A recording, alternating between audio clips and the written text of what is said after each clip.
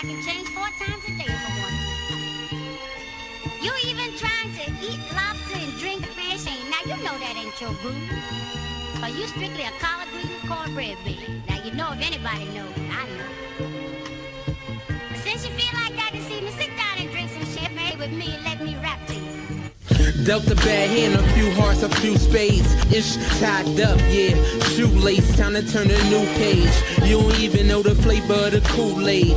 Keep it simple, no complications. My life opposite of everybody loves Raymond. Ish not a joke, Damon Wayans. So my attitude like fuck it. 2 tears in a bucket, wearing fresh kicks and it costs a lot of ducats. Eating bull dish up, yeah, chicken nuggets. McDouble, you in trouble about to bust your bubble. Life's a shit, but I wanna cuddle and make love to. What's the true meaning? What's the true meaning? What's the true meaning of life? Let me rap till you make it right. Even though I see things in black and white, yeah. What's the true meaning? What's the true meaning? What's the true meaning of life? Let me rap till you make it right. Even though I see things in black and white, yeah. Point blank period, you must be an idiot. How you living life when you not taking serious? Buffoonery really ain't cool to me. Life is graphic nature, a little bit of nudity. People get a little money, buy a lot of jewelry. But let's put this thing in perspective. I speak for the people, at least I got leverage. I'm a collard green cornbread eating baby. Roasted chicken, smothered with brown gravy. I'm chillin', ocean flow, I'm wavy. Why call it? I might spoil it, oat milk. Why sleep on the truth? The sheets not silk. I just lay back, think about them times when I used to rock a wave cap. Low cut Air Forces, white like Ajax. Boost mobile phones with the chirp. Used to get hot, Star Trek, Captain Kirk. What's the true meaning? What's the true meaning? What's the true meaning of life? Let me rap till you make it right. Even though I see things in black and white, yeah. What's the true meaning? What's the true meaning? What's the true meaning of life? Let me rap till you make it right. Even though I see things in black and white, yeah. P.S. I love this life, I love this life. On the road to greatness, I had to hitchhike, Chiz Roundtree. So smooth, I'm your lady type, but still doing God's work. Even though I missed a few Sundays at church, but life is about change. Yeah, old lady's purse, say what I wanna say, take things for this birth, it'll be a better day. Sip my liquor, then I pray. Sip my liquor, then I pray. So glorious, victorious. My mind travel into times, DeLorean. Watching this shit play out, accordion. Smoking bogeys by the bodega. Chicks kiss me on the cheek, I'm a king, Alpha Omega. I'm a real Ncaa. Speak my truth and say grace before I eat dinner. What's the true meaning? What's the true meaning? What's the true meaning of life? Let me rap till you make it right.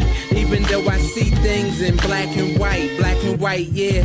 What's the true meaning? What's the true meaning? What's the true meaning of life? Let me rap till you make it right. Even though I see things in black and white, yeah. Black and white, black and white.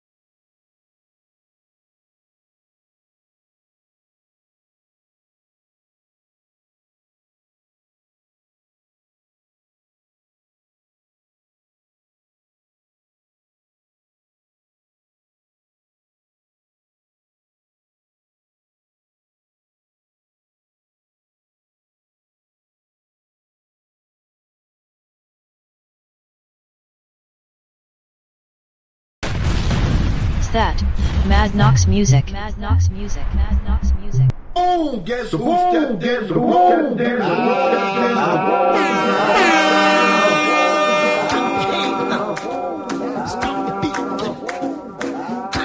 Built for this network. This is the number one Chief Lotta, Jersey Burn, on his recap show. Yeah, I said recap show. Yeah. Built for this. Nobody else can do it like me. I'm the man that comes on here, do 3 hours straight, non-stop. I talk about everything. Sports ain't the only thing in life. I talk about life in general. Guess who stepped in the room? Can anybody get like the Chief Lotta? I don't think so. This is Chief Lotta, non-stopper. You don't drink no Chief Lotta. Chief Rocker was there. Chief Rocker was there until it ended. Chief Rocker gonna tell you how it ended. Yes, sir. So if you know something that I don't know, call up the number 404-618-2119. Call me up and let me know what you know. You know what I'm saying? I don't give a fuck he making millions or not.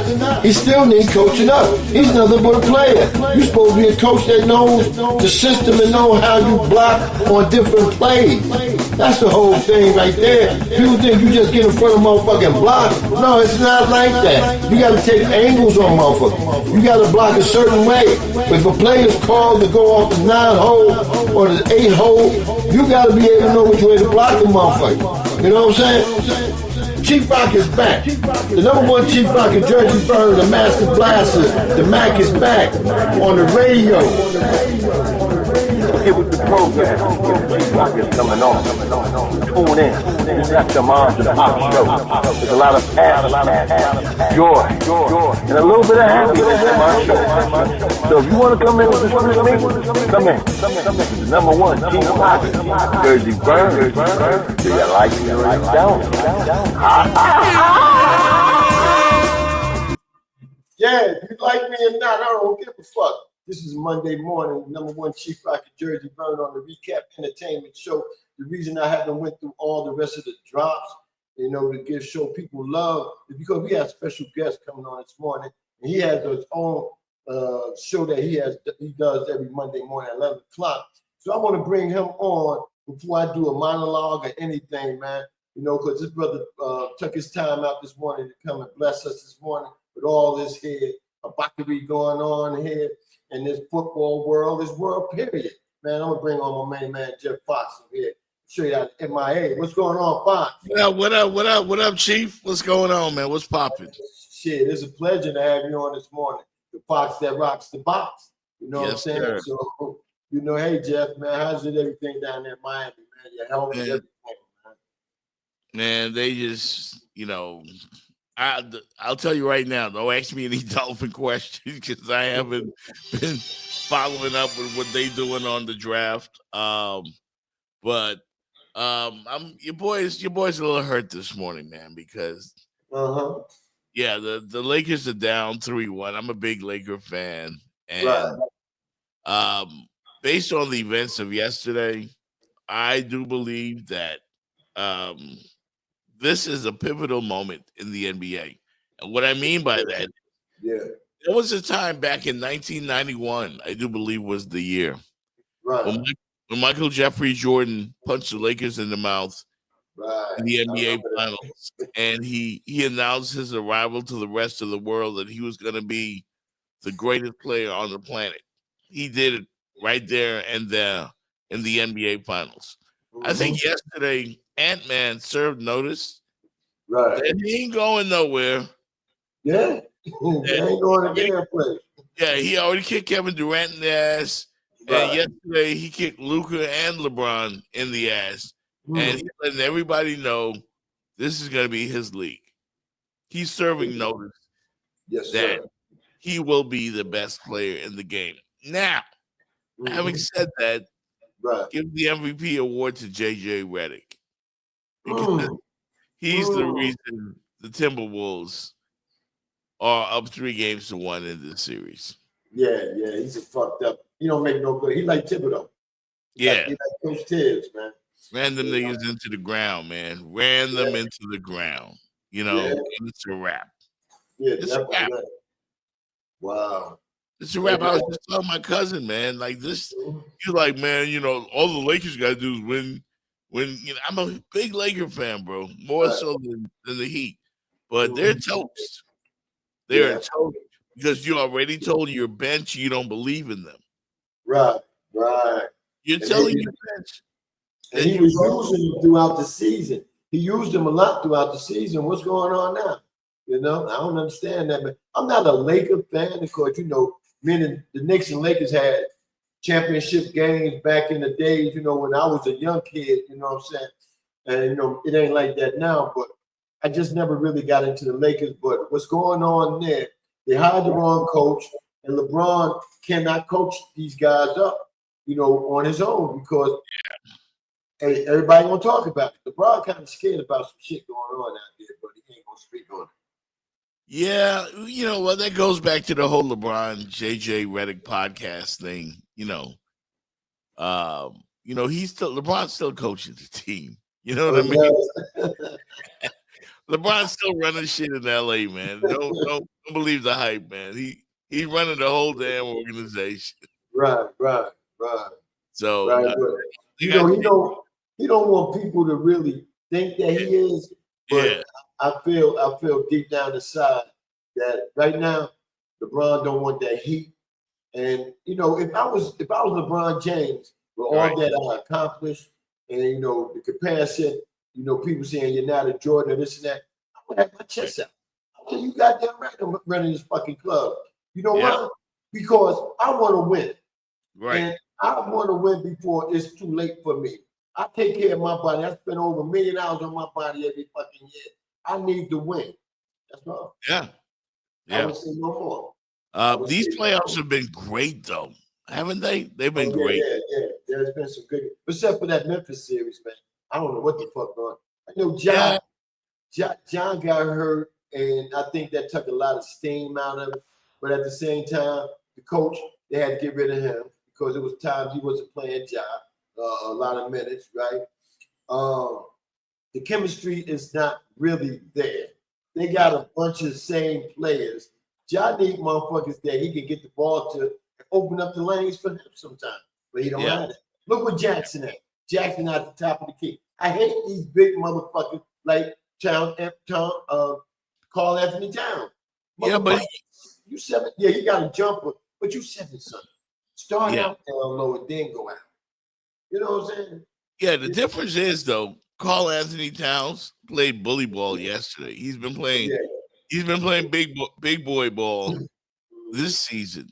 Like I think he's the perfect mix of the old school NBA center and the new school NBA center. He's the perfect blend because he can shoot the three just like Jackson, but he can take you down low too and beat you up. Right. And he did that. Right. So hey Jeff, I really want to talk about before you get out of here. I'm trying to squeeze it all in before you have to go. And I want to bring on a brother that me and him started this podcast together. And Doug Stewart, the one that mainly got us doing this because Doug used to always hang up on me when I had good points. You know, so I'm gonna bring my man in, man. And we've been together for 11 years now doing this shit. The Jungle Brother, man. And I want to talk about this shit. Jungle Brother, what's happening? Box going on, the rocks the box. Yes, sir. I'm honored to be in your presence, sir. I'm honored. Thank you. Likewise. Yeah. So what you think about this past weekend? Because everybody got their points and their views, but I want to hear from a professional. I call you professional because you do. Well, you know what? I got attacked this weekend by some friends of mine, right. In the media because of my take on this whole Shedeur Sanders thing, right? Which was, I thought it was an attack on. This has nothing to do with football, nothing to do with his skills, his stats. This was all about the plantation mentality. This was all about the Kaepernick. This had the Kaepernick vibes, Muhammad Ali vibes. Right. There's a certain portion of America that's just not comfortable with seeing a black man successful, confident, brash. There will always be animosity towards that. They will always have anger towards that. They will always try to put you in a box. And shout out to the Stews, man, because this morning they pointed it out on their show. I'll give you some names. Richard Williams. Right. You try to paint him as a jerk. LeVar Ball. You try to paint him as a jerk. Deion Sanders. They're trying to paint him as a jerk. And I think there was one other person, Earl Woods. Yeah, Earl Woods. Trying to paint him as a jerk. You see the common picture? Like, you don't have to be a rocket scientist to figure it out. And Shedeur Sanders, they said he bombed the Giants interview. You know, maybe he did. He didn't want to go there or whatever. But we've seen this before. You know, there's a certain rap song, I forgot which song it was, that says it's cool when they do it. It's a problem when we do it. Right. Remember this? Yeah. There you go. It's cool when they do it. It's a problem when we do it. Right. You know, and that's what you have going on here. And it's even bigger than that. Black success. We've never seen an athlete come into the league like Shedeur Sanders. He already got money. He was born into money. There was no struggle. See, they're comfortable with a story like Cam Ward. Underdog, man, no chains, no jewelry, no flash, just confidence. They're cool with that. Right. This is bigger than Shedeur, man. Well, Travis Hunter the same way. Travis Hunter's not flashy. You know what I'm saying? He just got to do the job. But I got somebody that want to dispute you on the Shedeur Sanders thing. I'm going to bring him up. But, Jungle, you can go ahead on and ask Jeff what you want to ask him. No, I have nothing, man. Jeff, you're doing a great job. I agree totally with you. Thank you, brother. Nutty Dread. What up, Jeff? What's going on, man? That's my man, dog, you already right? know, man. Same suit, just reheated, man. Yes, sir.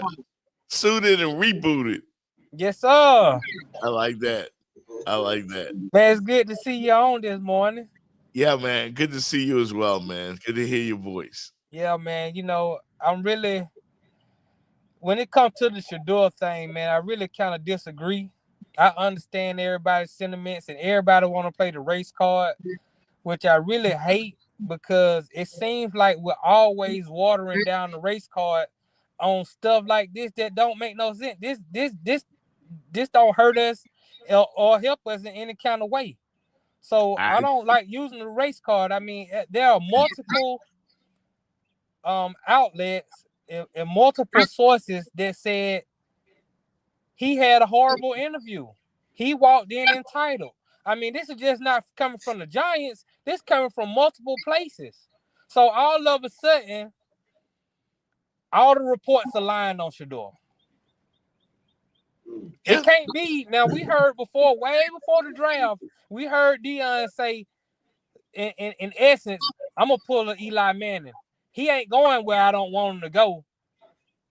No, what's wrong with that?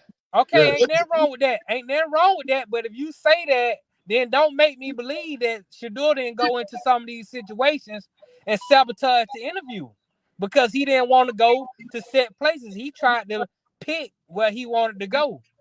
Again. Well, if that's the case, guess what's going to happen? You're going to drop in the draft because you don't have undeniable talent. My thing is, where did he want to go? Because I remember the Raiders talking about when they had Aaron Pierce as their coach. We want Shedeur because they was in a position to get him, but then they won a couple of games. But then they passed him up 6 times. So, I mean, what you got to do? You know, interviews to me. If I may, what we have here is collusion, plain and simple. There was a meeting before the draft. They knew that Shedeur was not going to get picked. Trust me, they knew. They all want. I mean, I agree with you, Nadi. He did do all that stuff. Guilty as charged. But the plan was to teach this young man a lesson. And they wanted to make an example of him because none of you guys are going to come in here and tell these owners how they're going to run their league. It was all about protecting the shield. And so they wanted to teach him a lesson and humble him. And maybe he was cocky, and maybe he was arrogant, but he's a top 10 talent. And the smear campaign began at least a week prior to the draft. I'm saying, you say he's a top 10 talent. The stats don't say get me so. wrong. Don't get me wrong. I had him. The stats in college don't mean the NFL and the college game are two different games. Johnny Manziel had great stats, but when he got to the NFL, he was boo-boo, and we seen that with a lot of players. We seen players like Joe Flacco and Tom Brady come into the league with less stats and become Super Bowl champions. So the NFL game and the college game are two different games. And what a lot of NFL scouts and GMs look for, they look for talent that translates. Shador overplayed his hand because he doesn't have undeniable talent. Andrew Luck had undeniable talent. Peyton Manning had undeniable talent. John Elway had undeniable talent. He doesn't. Steve McNair had undeniable talent. Shador doesn't have undeniable talent. Why would you say that? Why would you say? Why don't you think he has undeniable talent? Because his biggest attributes are the intangibles. He's a gamer. He got heart, football IQ. He's a real accurate thrower. But when it comes to mobility, when it comes to arm strength, when it comes to sometimes he takes a lot of sacks because he's trying to make something out of nothing. Those things go against you. The one reason why Jackson Dart went so high is because Jackson Dart got that real cannon. He could throw the ball way down the field over the top. Arm to Jackson Dart, right? Sir. No, he doesn't have a strong arm. Yes, he do. No scout would tell you. No scout or GM. We ain't talking about scouts. I'm talking about my own eyes. I mean, I watched every game that Shador play. I'm a fan. I watched every game too, sir. I root for Shador, but what I do? No, you don't. No, you don't. Okay, now I don't. Can I speak? What I do, Jeff Fox, and what I do, Vern, if y'all know me, is I'm not a fan. I'm objective. I support Colorado's my team. I watch every game. Me and my mama sit there and watch every game of Colorado. We pull for Dion. We pull for Shador. We pull for Shiloh. But I'm objective when I tell you Shiloh ain't that good. I'm objective when I tell you Shador is really good. His intangibles are great, and I believe he's going to be a great quarterback. But what I'm saying is, because he doesn't have undeniable talent, you can't go into these interviews just throwing them off because you believe you can go wherever the hell you want to go. You don't know what he said in the interview. You just talking about hearsay. You don't know for a fact that he went there and bombed the interview. I'm just going off. All I can do, Jungle Brother, all I can do is go off the multiple reports that we had. These guys. No, go off what you know. Go with what you know, not what you can't go what you know. We sitting here on the couch. We have to go with information that's being fed all you by professionals. You talking about what you think. These people have a job to give us information. You talking about what you think like in fact, sir. No, sir. Do you understand that we have to get our information from the people that are around the situation? You do your research. That's their job. You go do your research. Mel Kiper. How many times? Let me talk. Go ahead. Mel Kiper been doing this 40 years. He started in the 83 draft. He says Shador got a better arm than Dart. He says Shador got everything better than Dart. He says Shador is his #1 overall quarterback. So you gonna discount what he think? How many times has Mel Kiper been right? Are you saying you know more than Mel Kiper? When it comes to Mel Kiper evaluating players, how many times have he been right in 40 years? So you gonna go with so you gonna pick and choose? I'm not going. No. You say he bombed the interview. Listen, but when the guy who's doing it for 40 years say he's the #1 quarterback, you gonna discount? No, because with Mel Kiper, okay, sir. Mel Kiper but you're a fan. Okay, Jungle Brother.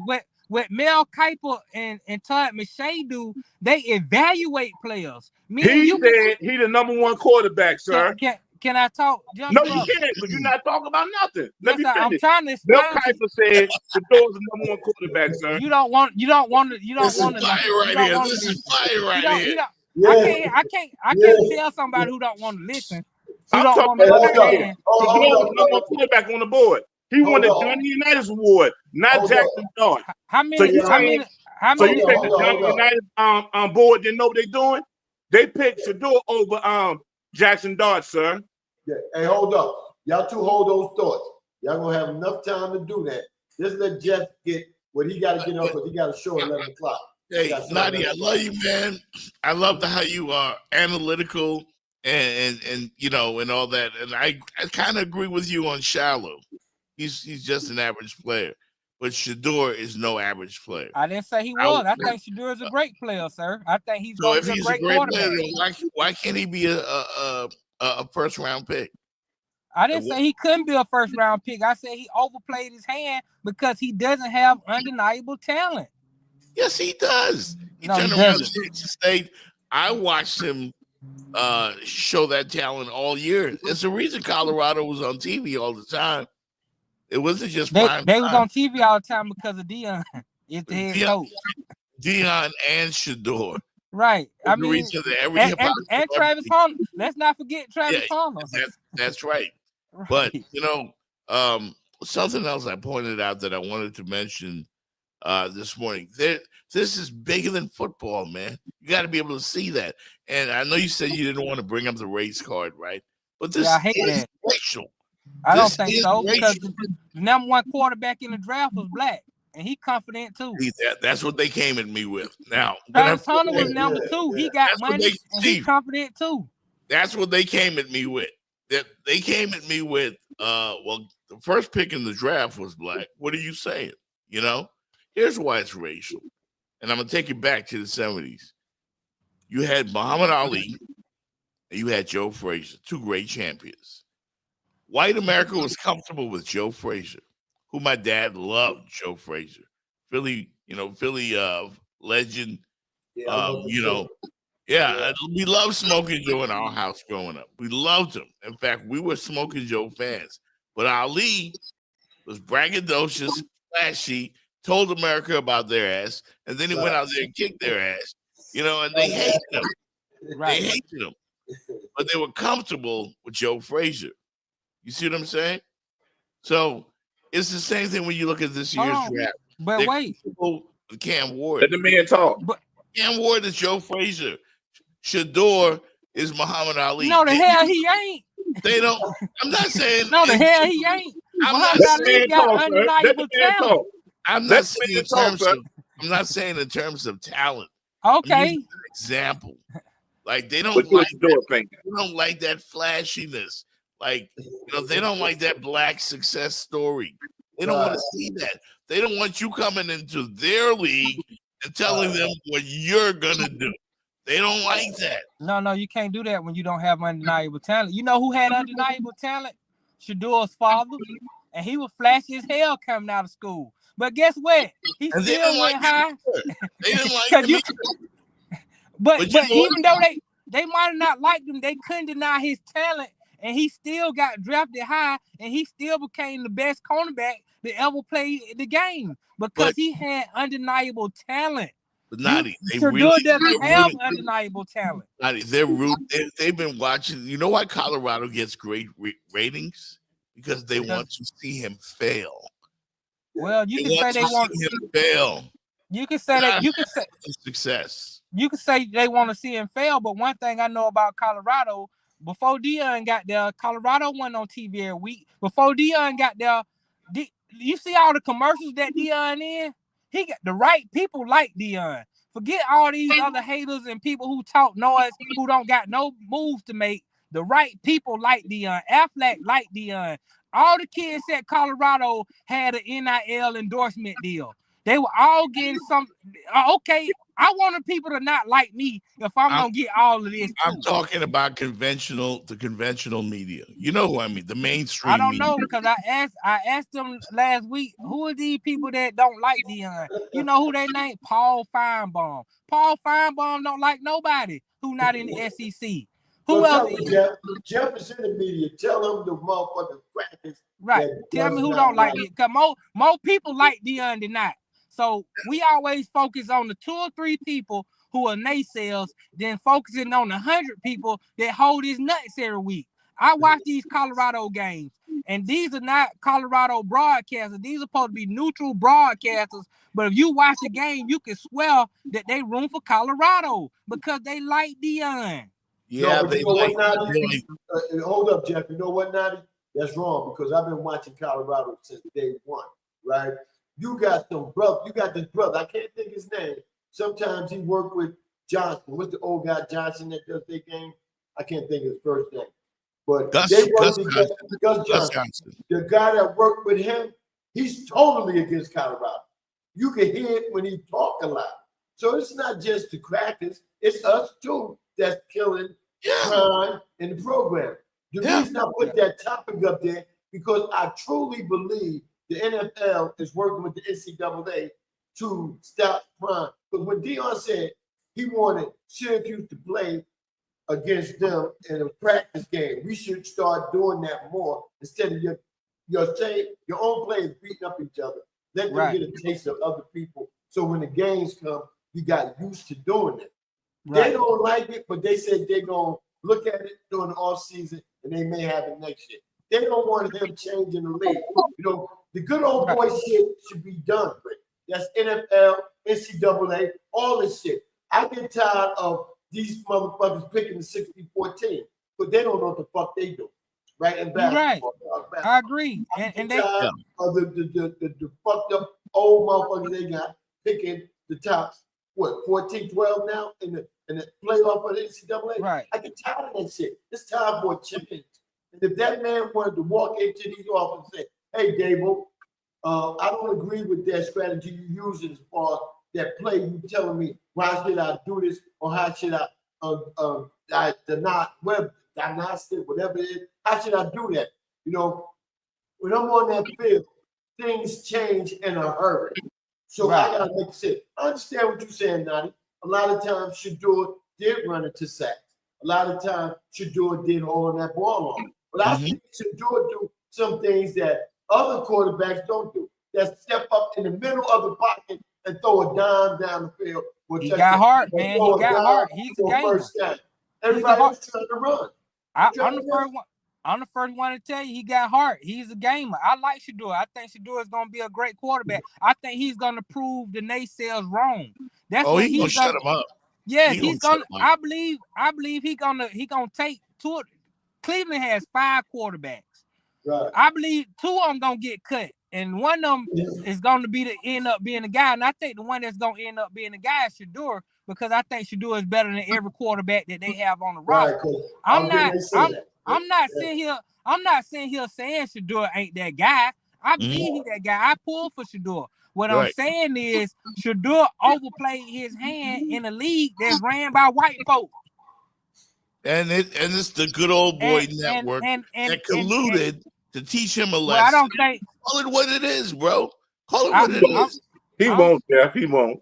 Yeah, because I just don't think they colluded. Yes, they did. I think if they would have colluded, he would not have got drafted at all. He came out better not get drafted. If he doesn't get drafted, he can make a negotiation like he was first round pick. They picked him for a reason before he went undrafted free agent. Younger brother, you get it. You get it. And not to diss you, Noddy, but he just pointed it out. They picked him with the 5th round to cost him money. They could have got him in the 7th round. They could have picked him in the 7th round, Jeff. Also, don't y'all think this too? The longer the draft went, the more people gonna watch to see where Shador go. And usually after the first and half, they lose people. They've already reported the draft numbers for an all-time high because people were watching, waiting to see. People don't usually watch the 2nd and 3rd day. People watch the 2nd and 3rd day to see where Shador would go. So the ratings went up. Yeah. Right. Enough said. They knew when they wanted to wait till the last day to let him get drafted, but they didn't know who was going to draft him. You see, Cleveland moved up to get him because they looked at their quarterback. But Deshaun may not never play for us. And even when Cleveland and all that shit they had wasn't no better than him. Yeah, that's why they moved up. And even when Cleveland drafted him, I don't know if y'all saw the video where Cleveland clearly drafted him because Jimmy Haslam wanted Cleveland to draft him. The GM and the president of football operations, you seen their face when they drafted Shador, they were disappointed. They were looking like I'm looking at you, Naughty. So they were so looking what like I'm saying is you said collusion, but the owner, the white owner of Cleveland told that black GM, you better take Shador right here. Yeah, because you know what? Well, that throw that collusion out the door, because collusion is when the owner say we not taking this guy. But the owner said you better take him. This was a general manager and president of football operation decision, because he went in there, he overplayed his hand, and he rubbed too many people the wrong way. Yeah. Hey, Jeff, I know you got about probably 10 more good minutes, man. Yeah. You close it out. You close your time out with us with whatever thoughts on your mind, anything. My thoughts are about the Miami Heat, who I'm going to go watch later on today, close out their season against the Cleveland Cavaliers. And the Miami Heat, I feel, have the best coach in basketball than Eric Spoelstra, because he's only had Jimmy Butler and what I call a bunch of YMCA guys to send out there, and he's gotten to the finals twice. And Jimmy got tired of taking this team of LA Fitness guys to the finals. It's over with. It's over with. This team cannot beat anybody. They've only done so because of the brilliance of Eric Spoelstra. If he had something to work with, Spo was right there with Tyronn Lue and Bickerstaff in Detroit. These are great young, and Udoka in Houston. The Rockets are coming. But I think in Miami, we need to have a change down here. Pat Riley, as great as he is, we love him. His legacy is secure, but he needs to go. Where you think Mark Jackson should go? It's going to be a lot of coaching offers. Where you think Mark Jackson should go? Because he deserves a job. Because all that shit Golden State been doing or did, it came from Mark Jackson. Fuck Steve Kerr. Yeah, Mark Jackson deserves a job, but I haven't heard anything about. I haven't heard his name being discussed. Have you? No, only thing I hear is that a lot of New York fans feel that he deserved that job because, he's New York. You know what I'm saying? His mother go to every game, and she been politicking for her son to get the job. So Tibbs need to go, and his replacement, fuck Jay Wright. That was college shit you did, Jay. Bring Mark Jackson home. That's all. Yeah. He played the Knicks. Come on, bring him home. No doubt. Let me elaborate once again on the Heat as well. I want either Udonis Haslem, Alonzo Mourning, or bring James Jones from Phoenix home to Miami, because we need a front office guy that's going to get some talent. Right. Bam Adebayo is not a superstar. Not when you score 11 points in a playoff game and you're coming off of he's a glue guy, but he's no superstar. Our best player is Tyler Hero. If he were on the Grizzlies, he'd probably be a third option. If he were on the Nuggets, he'd be a third option. On the Lakers, third option.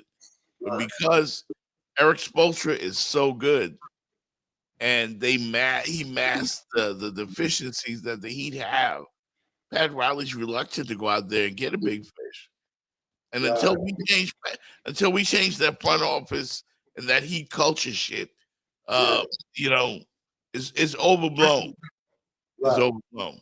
So our season will probably end today, and if we win one, it'll be because of Spo. But we got to get a real basketball team out there and stop throwing out these YMCA guys. I hear you, man. Jeff Fox, man, it's been a great pleasure, bro. Anytime you want to stop by, we also have a show Tuesday night called the Jersey Connect Show. Me and DJ Mad Knox, my other CEO of this organization. You're welcome to come on that. We come on from 8 to 10 on Tuesday night. We talk about a little bit of everything. That's like a barbershop show there. So if you ever want to come on, man, you come on, bro. You know what I'm saying? But appreciate you guys, man. He's good to see you, young brother. I'm gonna get with you, Joe. Yeah, we gonna talk, man. My voice is a little hoarse because I was DJing last night. And, okay. Yeah. Another one is hey, one question. What you think about your homeboy? I'm not saying homeboy. He is a homeboy because he's from the Bahamas. Jazz Chisholm, man. What you think about him? Man, I love Jazz, man. That's my buddy. Man. We love him too. Yeah. He's doing big things, man. He's got that torpedo bat, and he's right. You know, I always kid him about where he gets his power from because he hit some rocket shots, man. You know, and we didn't appreciate it when we had him here in Miami. Again, race. So they didn't like the backflips. They didn't like the Euro. Yeah, they didn't like that. There's a box that people are trying to keep us in. Oh yeah, and, you know that was my point about Shador. This ain't about football. Yeah. It's about bigger things. It's about control. Bigger things. But you know, Jungle Brother, you get it, man. Like I said, Nadi, I get the fact that you try and look at it both sides, but I didn't get into this media game to look at it that way. I got into this media game because, and I know I'm kind of overstepping, but I remember when Michael Vick was going through his shit in Atlanta with the dog fighting. Yeah. White America don't know nothing about that. They know all about dog fighting. White America do more dog fighting than anybody. You got to take that back. You know why? In the South, white folk do dog fighting. And Georgia Mountain that makes $1 million a year. She came on the news and had her face covered. She said, "I make $1 million a year fighting dogs." But did they go look for her? Hell fucking no. They don't go look for her. You know what I'm saying? They were killing her. So I wanted not, I'm not saying I'm an Al Sharpton or nothing, but I'm just pro-black. That's all. I'm pro-black. I stopped rooting for the Falcons after that whole Mike Vick debacle. That's when I went to Pittsburgh and I started pulling for Philly because Philly got black quarterbacks and Pittsburgh was loyal to the black coach. I understand. But at the same time, two things can be true. I rooted for Mike Vick because Mike Vick had a cannon and he ran the 4-2 and he was the most exciting player to watch. But the way he killed them dogs was also inhumane. Yeah, that was inhumane too. And the Falcons, to their credit, Michael Vick did a lot of horrible things when he was in Atlanta, and they swept a lot of it under the rug and then let the media know. If you in the know in the media like I was, because I was right in the thick of things when Mike Vick was here in Atlanta, I know about a lot of things Mike Vick did that I still don't talk about because I don't want to put him out like that. But he did a lot of things that the Falcons swept under the rug so that the people, particularly the white people, can keep on coming to the stadium and pulling for Michael Vick. That dog thing was what LT did. LT got fucked up every game off of cocaine, and ain't nobody. Yeah, but cocaine was rampant throughout the league. Cocaine was rampant throughout society in the 80s. But shit, how many athletes played like LT did or it was on cocaine? Well, how many players played like Barry Bonds did who was on the juice? A lot of them was on the juice, but only one of them can hit the ball in the ocean. Hold up. We don't know what Barry was on the juice. That's all he said, she said. You know what I'm saying?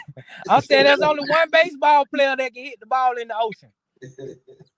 No doubt. Hey, fellas, man, I appreciate y'all, man. I got to bounce. One love, man. Hey, Jeff, next time, man, we're going to do a special show, man. Get us four back on it. Yeah. Yeah, this is pure fire right here, man. This has been great. Thanks a lot, man. All right, you have a good one, Jeff. Right. Hey, this is the Built for This Network Monday recap entertainment show with the #1 Chief Rock of Jersey Firm. I got a special guest early this morning, man. We just left out with Jeff Fox. We still got the Naughty Dread, who's part of this Built for This Network. He has a show come on Wednesday. The No Show. I hope all will come this week. Then we got Jungle Brother, man. My brother for life, man. You know, we started doing this thing together, man. And we still here. Jungle Brother, whatever you got to say tonight, y'all got the floor for 20 minutes. I mean, y'all can stay on the show, but y'all got to. I don't got 20 minutes, but I'll listen. I hear him out though. Go ahead. Well, I don't have nothing to say. I don't have nothing to say to Naughty per se. I just want to hear to talk ball. Let's talk ball, man. And if me and him, my past close, then let's go ahead. Let me address this Todd McShay and Mel Kiper thing I was gonna bring up. Todd McShay and Mel Kiper, they evaluate talent. They don't report news out the locker room. What they do is they give their opinions on how they think. I mean, Mel Kiper was one of the ones that said Lamar Jackson probably should play wide receiver. And here we go. Lamar Jackson, one of the best quarterbacks in the NFL history. You know, but they evaluate talent. And me and you, we can evaluate talent all day if we watch enough film. If we watch enough games, we can say, this is what I like. I like this guy. This guy got the attributes. This guy don't have the attributes. But reporters, beat writers, things of that nature, they actually report news that come from these facilities. And they, most of the time, they're not making stuff up because their jobs is on the line. The Denver Post reported, Brian Howell, he reported what you're talking about. He reported the whole locker room at Colorado loved Shedeur. Yeah, the okay. At Colorado loved Shedeur. But we're not He's talking about. We're not talking about what happened in Colorado. We're talking about interviews that happened in. Yes, but we're talking. You said beat writers. They see Shedeur every day, so they should have more credibility. But this is not college. This is the NFL now. You got interviews with NFL teams. Why you keep bringing that up? Unless they quoted what Shedeur said, why you keep going with hearsay? I don't know if you've been paying attention or not, but there have been multiple reports. They're not at some point because of people like you. What they're gonna end up doing, they're gonna end up bringing the tapes out. We'll wait. We're waiting for it. I know. And then when they bring the tapes out, people gonna start looking stupid. Same people who said Shedeur did this, Shedeur did that negatively. He got positive people saying good things about him. You can't pick and choose. I'm not picking and choosing. I'm going off the negative. I'm not going off the negative. I'm going off the information that's been provided. Said out his mouth that Shedeur had a great interview. Who said that? Why we just not hearing about that? Who said Shedeur had a great interview? Mike Tomlin interviewed Shedeur, and he said Shedeur had a great interview. Okay. Why you not bringing that up? Well, why Mike Tomlin didn't take Shedeur when he had opportunity? Mike Tomlin don't make personnel decisions. They got general managers, sir. Why Omar Khan didn't take Shedeur Sanders then? Because of collusion. We done told you this. Okay, why Tom Brady didn't take? That's his guy. Why Tom Brady didn't take Shedeur? Because collusion. We done told you this. Okay, so why did Jimmy Haslam, the owner, take Shedeur? Because they fifth round pick was their last pick. They had to take them. They had no other. They already had 4 quarterbacks on the roster. You already got the quarterback in the third round. They took Shedeur because they didn't want Philadelphia getting them with the next pick, and they didn't want him ended up in Pittsburgh. Why does it matter if Philadelphia? Why does it matter if Philadelphia got? They're not in the same division. Yes, they are, sir. Newsflash: Cleveland and Pittsburgh in the same division. No, I said Philly. You said Philly. They don't want Shedeur going anywhere that he's going to succeed, sir. It's collusion. Pittsburgh I told you it's collusion with the league. If Pittsburgh wanted Shedeur, they could have had him 4 times. I done told you it's collusion, sir. I done told you it's collusion.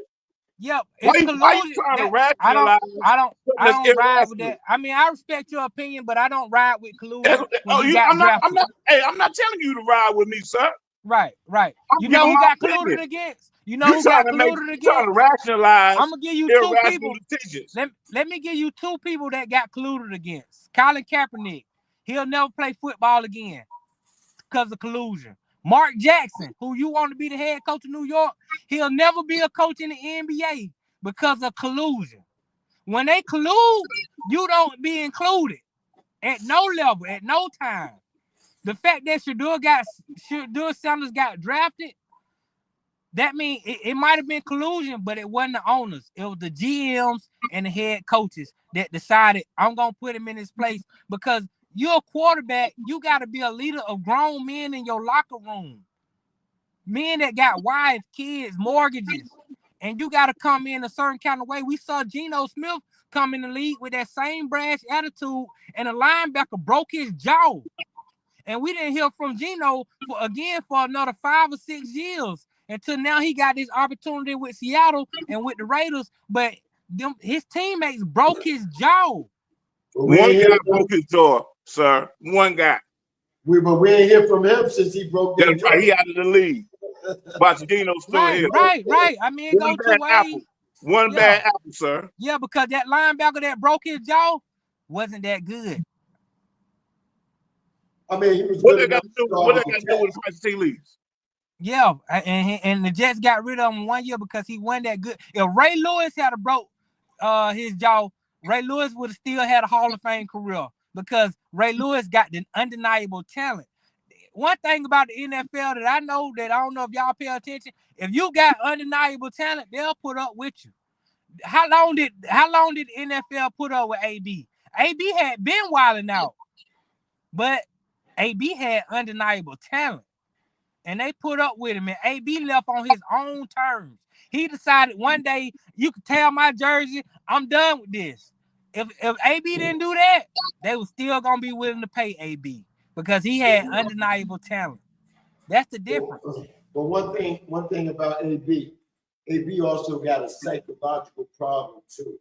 You know what I'm saying? Because a man to leave that much motherfucking money on the table, and you ain't making that type of money down. I agree, but they dealt with it. You got a rapper supporting you. You got problems. You know who else? You know who else the league dealt with? Oh. Coming out of college, he had money, just like Shador. He was brash in his personality. Marvin Harrison Jr. still got drafted top 5, but Marvin Harrison Jr. has undeniable talent. They will let certain things go if you have undeniable talent. But if you don't have undeniable talent, don't you dare try to come in here and dictate the terms. Well, you know, I kind of like deny that due to the fact that I seen Shador, and then you gotta look at his stats, man. And then you know what? Forget his stats. Stats don't mean nothing. Mean a whole lot, sir. It mean a whole lot. Nothing. Hey, now, so if you only got 3 followers and you've been doing podcasts for 10 years, that don't mean anything. This is not football. I'm talking Stats do matter, sir. I'm talking. So what you doing? You pick and choosing your stats. Let me tell you this stat right here. Bronny James averaged 5 points, less than 5 points a game in college. He still got drafted over guys who averaged 10. His stats didn't matter. It's a different league. We're talking college and we're talking pro. They 2 different games. They're not even the same. So how do you base undeniable talent then without stats? You say what? I don't say it slow now, so you understand what I'm saying. Yeah. I know you kind of brain dead. Right, go ahead. How do you gauge undeniable talent without stats? I'll wait, sir. Break it down. You can just watch the game. You watch the film. You watch the game. Yeah, you see it. You can see that a guy can throw the ball 70 yards down the field. You know who had undeniable talent but wasn't that good? Jamarcus Russell. He could throw 70 yards on his knees. Jeff George. They don't get it right because you got undeniable talent. Don't mean they're gonna get it right. I think they got it wrong with Shador. I keep telling you, I think undeniable talent. Now you just credit undeniable talent. Which one is it, sir? You all over the place. That's because you have a hard time comprehending. That's what I'm trying to get you to understand. Saying, sir. I understand you got a hard time comprehending. What I'm saying is, undeniable talent gets drafted. Now you saying it don't matter with undeniable talent. Which one it is, sir? What I'm trying to tell you, how many times have you been watching football and you've been watching the draft and they get it wrong? They get it wrong all the time because they're looking for something that they should not be looking for. If they were looking for the right things, Tom Brady would have been drafted in the first round. Exactly. You just made my point, Nadi. Wait. You just made my point. No. You said they get it wrong. They got it wrong with Shador. I agree. I said they got it wrong with Shador. But you think no, they got it right because Shador don't have undeniable talent. Where you at, sir? Chief Rocker, where you at? Chief Rocker, how many times have I sat here and said they got it wrong with Shador? You said they got it right because you don't got undeniable talent. No, I didn't. No, see, you don't listen. You don't listen and you don't comprehend. Chief Rocker. Which one is it, sir? Chief Rocker, how many times have I sat here and said I believe they got it wrong with Shador? You all over the place, Nadi. No, you just so hell bent. No, what happens is, younger brother. What happens is when you don't hear what you want to hear, you create your own false narrative. No, sir, you saying 2 different things at one time. No, I'm not saying 2 things at one time. You saying Shador not good enough. I didn't say that either. That never. That don't matter. You all over the place. Chief Rocker, how many times did it come out my mouth that Shador wasn't good enough? I never said that. You said he don't have undeniable I said talent. I believe he's gonna be a great quarterback. You said he do not have undeniable talent. Now you just lying. Now you just lying on my words. And that's what I can't respect. I can't respect that. I can't respect that. The main thing that Naughty did say, stats don't mean shit, right? That's the main thing he says. But at the same time, you did say both things. You did say that he has undeniable talent. Then you said he's not that great.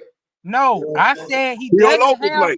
No, this is what I said. I said he doesn't have undeniable talent, but I believe he's going to be great because his intangibles are what they need to be. You all over the place, sir. I can't talk. Damn, all right. Jeff Fox, I'm going to holler at you, man. Go ahead and let this guy talk, man. He don't comprehend anyway. I'm here all day, sir. Yeah, you don't listen though. I'm here all day, sir. Because you don't listen, you can't comprehend. I'm here everything you said, sir. No, you haven't. Because if you heard everything I said, then you will hear that I said I think Shadour's gonna win the spot in Cleveland. He the best quarterback they got on the roster. I think they got it wrong with Shadour. I think Shadour's gonna be a great quarterback. That's what I've said repeatedly. And now, then you said he overplayed his hand. He did overplay his hand. To do everything. Two things can be true. You all over the place, can be true. No, you know what you're doing? You covering your bases. You talking down on the man. I'm not talking down on him at all. What you're doing is you putting your little piece right here, right here, right here. So you can be right. You just not hearing what you want to hear. You want to hear me kiss his ass, but I'm not gonna kiss his ass because I'm not a fan like that. I'm somebody. If we just talking ball, you won't have to kiss his ass. You talk facts. We talking ball, and that's what I've been talking facts. You talking interviews. I've been talking you talking facts. undeniable he talent. Don't got Let's talk ball, sir. We talking ball. You know what? Both of y'all got y'all points across. He don't have a point. He don't have a point at all. You know, both of y'all got what you had to say. Because he won't listen. Chest out, right? Naughty, where could we find you at the rest of this week? And what you have planned for us? Man, I got a no-show on Wednesday, man. I've been talking to Arlie. Arlie got a new role in the you better hope Arlie come. Arlie got a new role. I ain't watching. Damn, boy, I can't get a word out. That's right. You better bring Arlie with you. You better bring don't go live. Brother just angry, right? He just angry. What happened to you, man? Everything good for you, man. What's going on? What's really going on, Jungle Brother? Everything great, sir. Talk to me, man. Everything great. Everything great. You sure? I'm positive. Okay, everything good. Then let everything be good. Yeah. But I'm talking balls, sir. You're not talking ball. I'm talking balls, sir. You're talking out of emotion.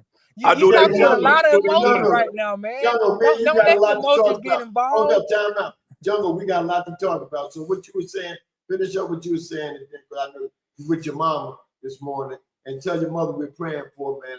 I appreciate it, man. Thank you. Yeah. So what you were saying? Yeah, man. She had physical therapy. I'm waiting for her to walk out now. And then we gonna, but Wednesday, the no show, like I said, Arlie got a new gig on the TV show that could be prominent. This could be big. So we definitely room for Arlie. Hopefully her schedule allows her to be part of the no show this week because we got a lot to talk about. We've been talking about a lot of different stuff behind the scenes that we want to talk about. So I look forward to that. And man, like I said, Vern, I'm gonna get with you, man. I got some stuff in development. Coach Sam Mitchell got a podcast that we putting together, and man, we would love to, talk basketball and different things, on the platform. I like to talk to him too, man. Definitely. Right. So we getting that together, man. One thing about me is my credentials speak for themselves, man. I'm just not some guy who watches TV and then come talk sport. I actually did this. I actually been working in the city for over 15 years doing sports entertainment. I actually know people in high places. So, I don't just get on here and just talk out my ass. I'm talking what I understand about what's going on. You do, sir. And anybody who could listen can find value in the information that I share with them. You turn on Fox News Live. I don't even watch TV. I don't watch no ESPN. I don't watch no Fox. I don't watch TV. All I do is get my information from the people that got the information.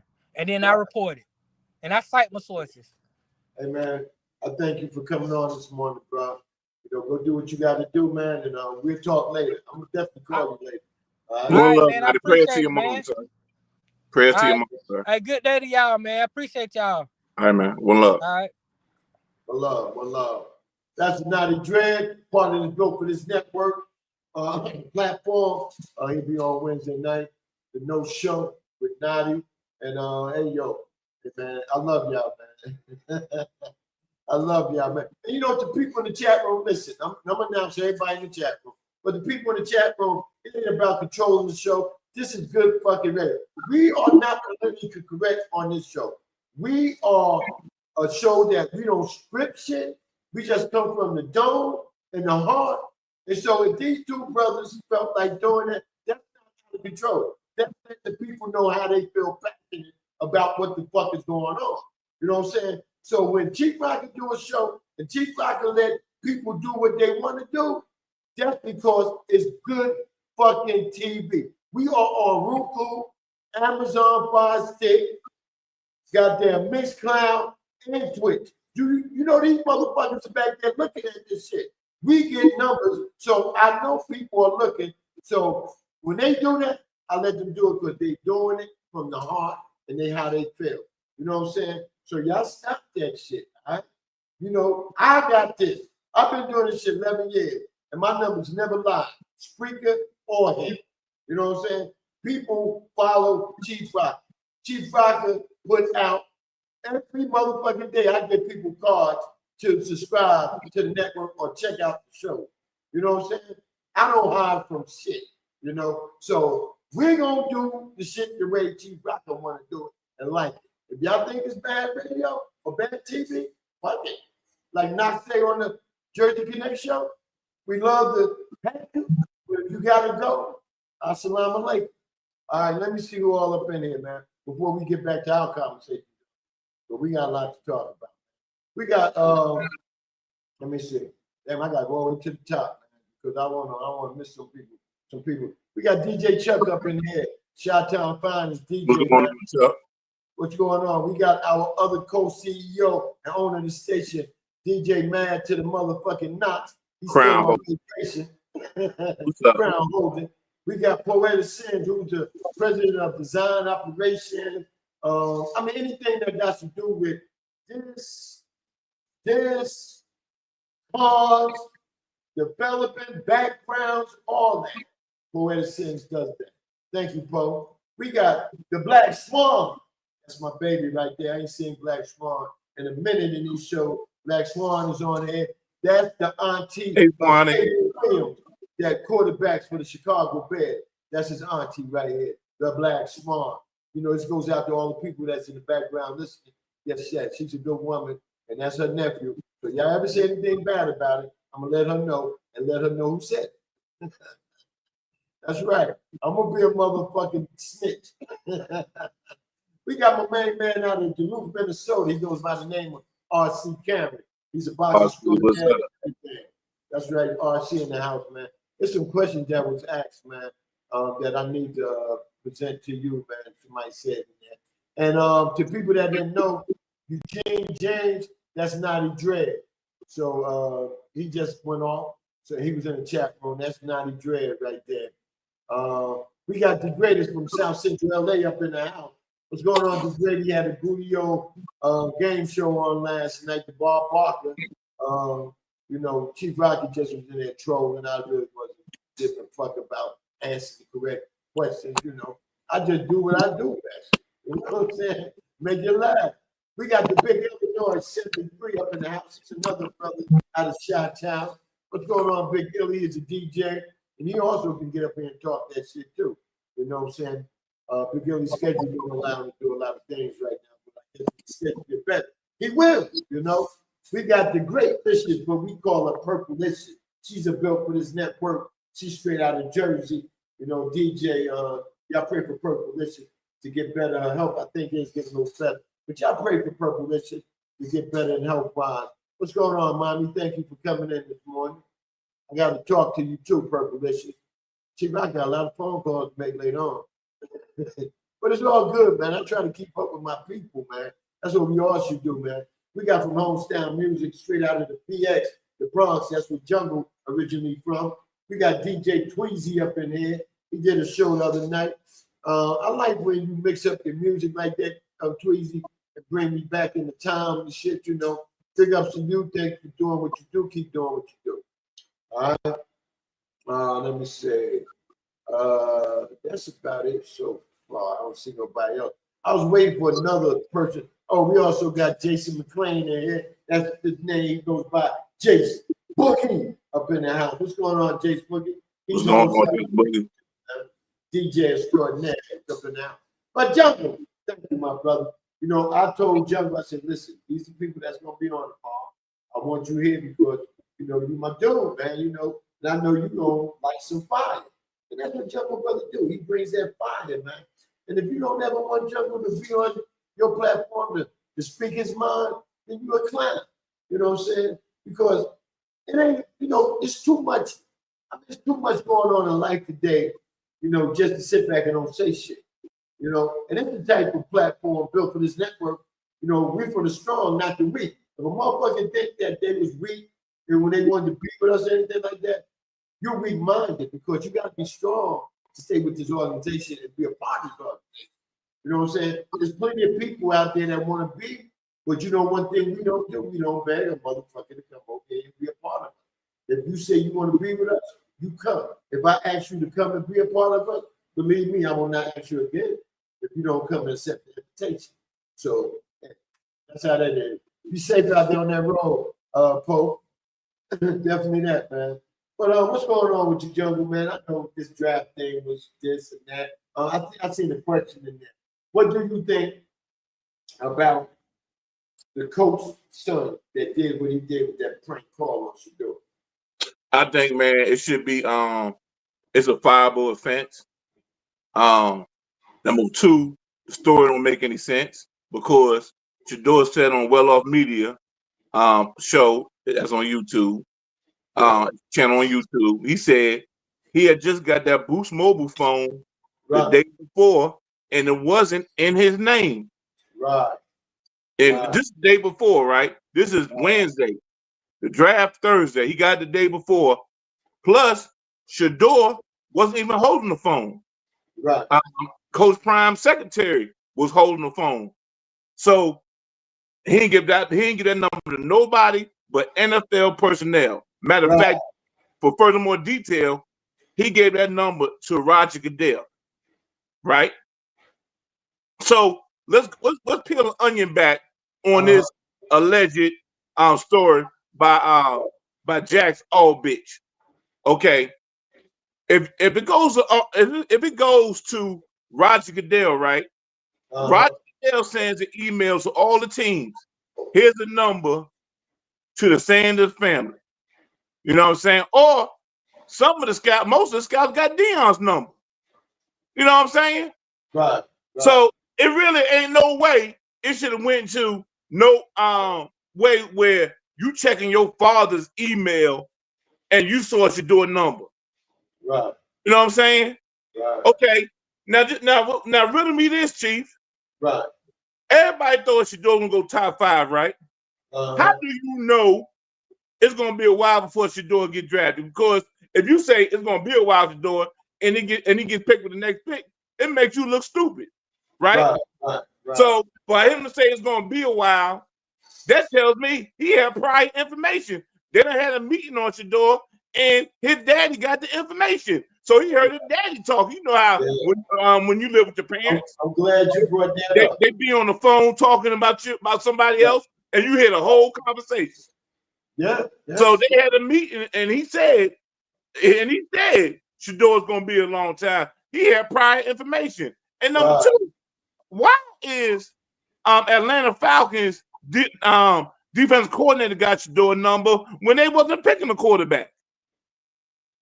So that's that only 3 people should have that number. That's that owner off the blank, Raheem Morris, and player pro personnel GM.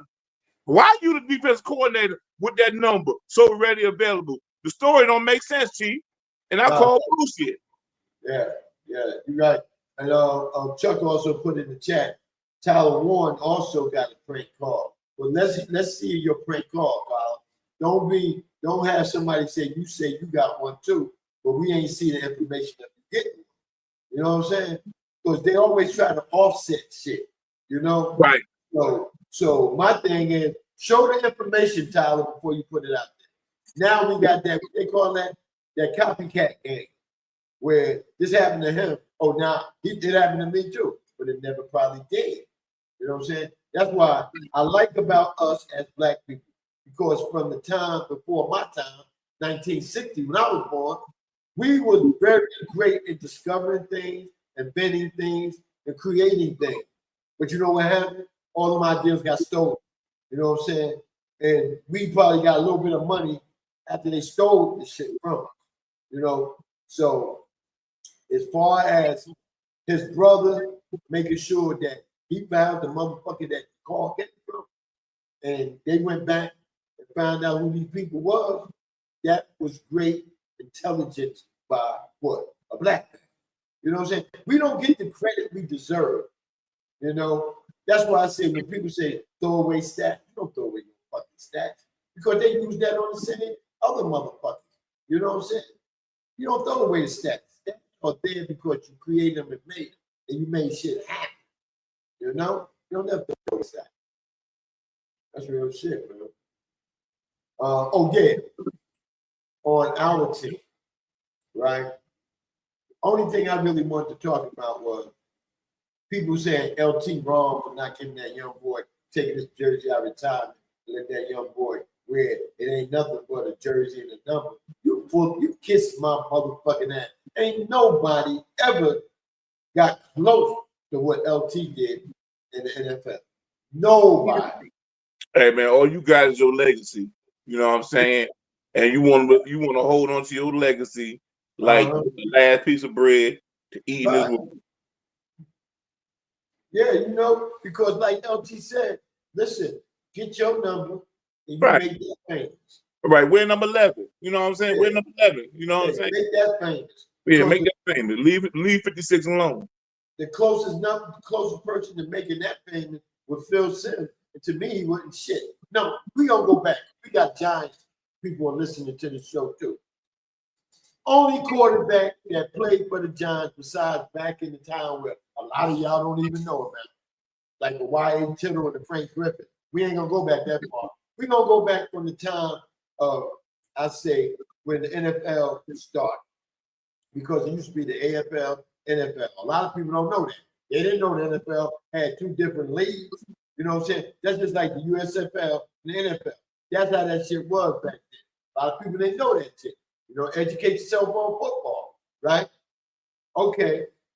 After the NFL developed, and all the giant quarterbacks we had, the only two quarterbacks that I like that we had was Fran Tarkenton. A lot of people didn't know we had him because he went to the Super Bowl with the Vikings, what, 2 or 3 times, right? And Jeff Hostetler, who took over from the number 11 I'm talking about, that had that jersey that never was famous to me, Phil Simms. You know what I'm saying? Jeff Hostetler won the Super Bowl that year Phil Simms got hurt. Those are the only two quarterbacks I liked in the Giants history. Then people say the Giants don't want to hire a black quarterback. You know why? I'm going to tell you why. Because they hired the wrong motherfucking GM and coaches that makes these decisions. But we should have had Patrick Mahomes. What coach was that? I forgot what coach that was. We had wanted Patrick Mahomes that year. The GM vetoed it. You know what I'm saying? So all in all, man, I look at it like this, right? If you want a star that number is retired, you know, I would never want nobody number that was a star for that team that's retired. I want to create my own. If I'm a bad motherfucker, you can give me number 000. I bet you I make that motherfucker famous. You know what I'm saying? So you got to go out there and create your own shit, man. We got Miss Tiffany Poodle from Portland up in the house. What's going on, Tiff? Thank you for coming in. What's going on, PNP? Yeah. Yeah, man. But, you know, all in all, jungle, man, shit. Motherfuckers just don't know, man. And see, this is the thing.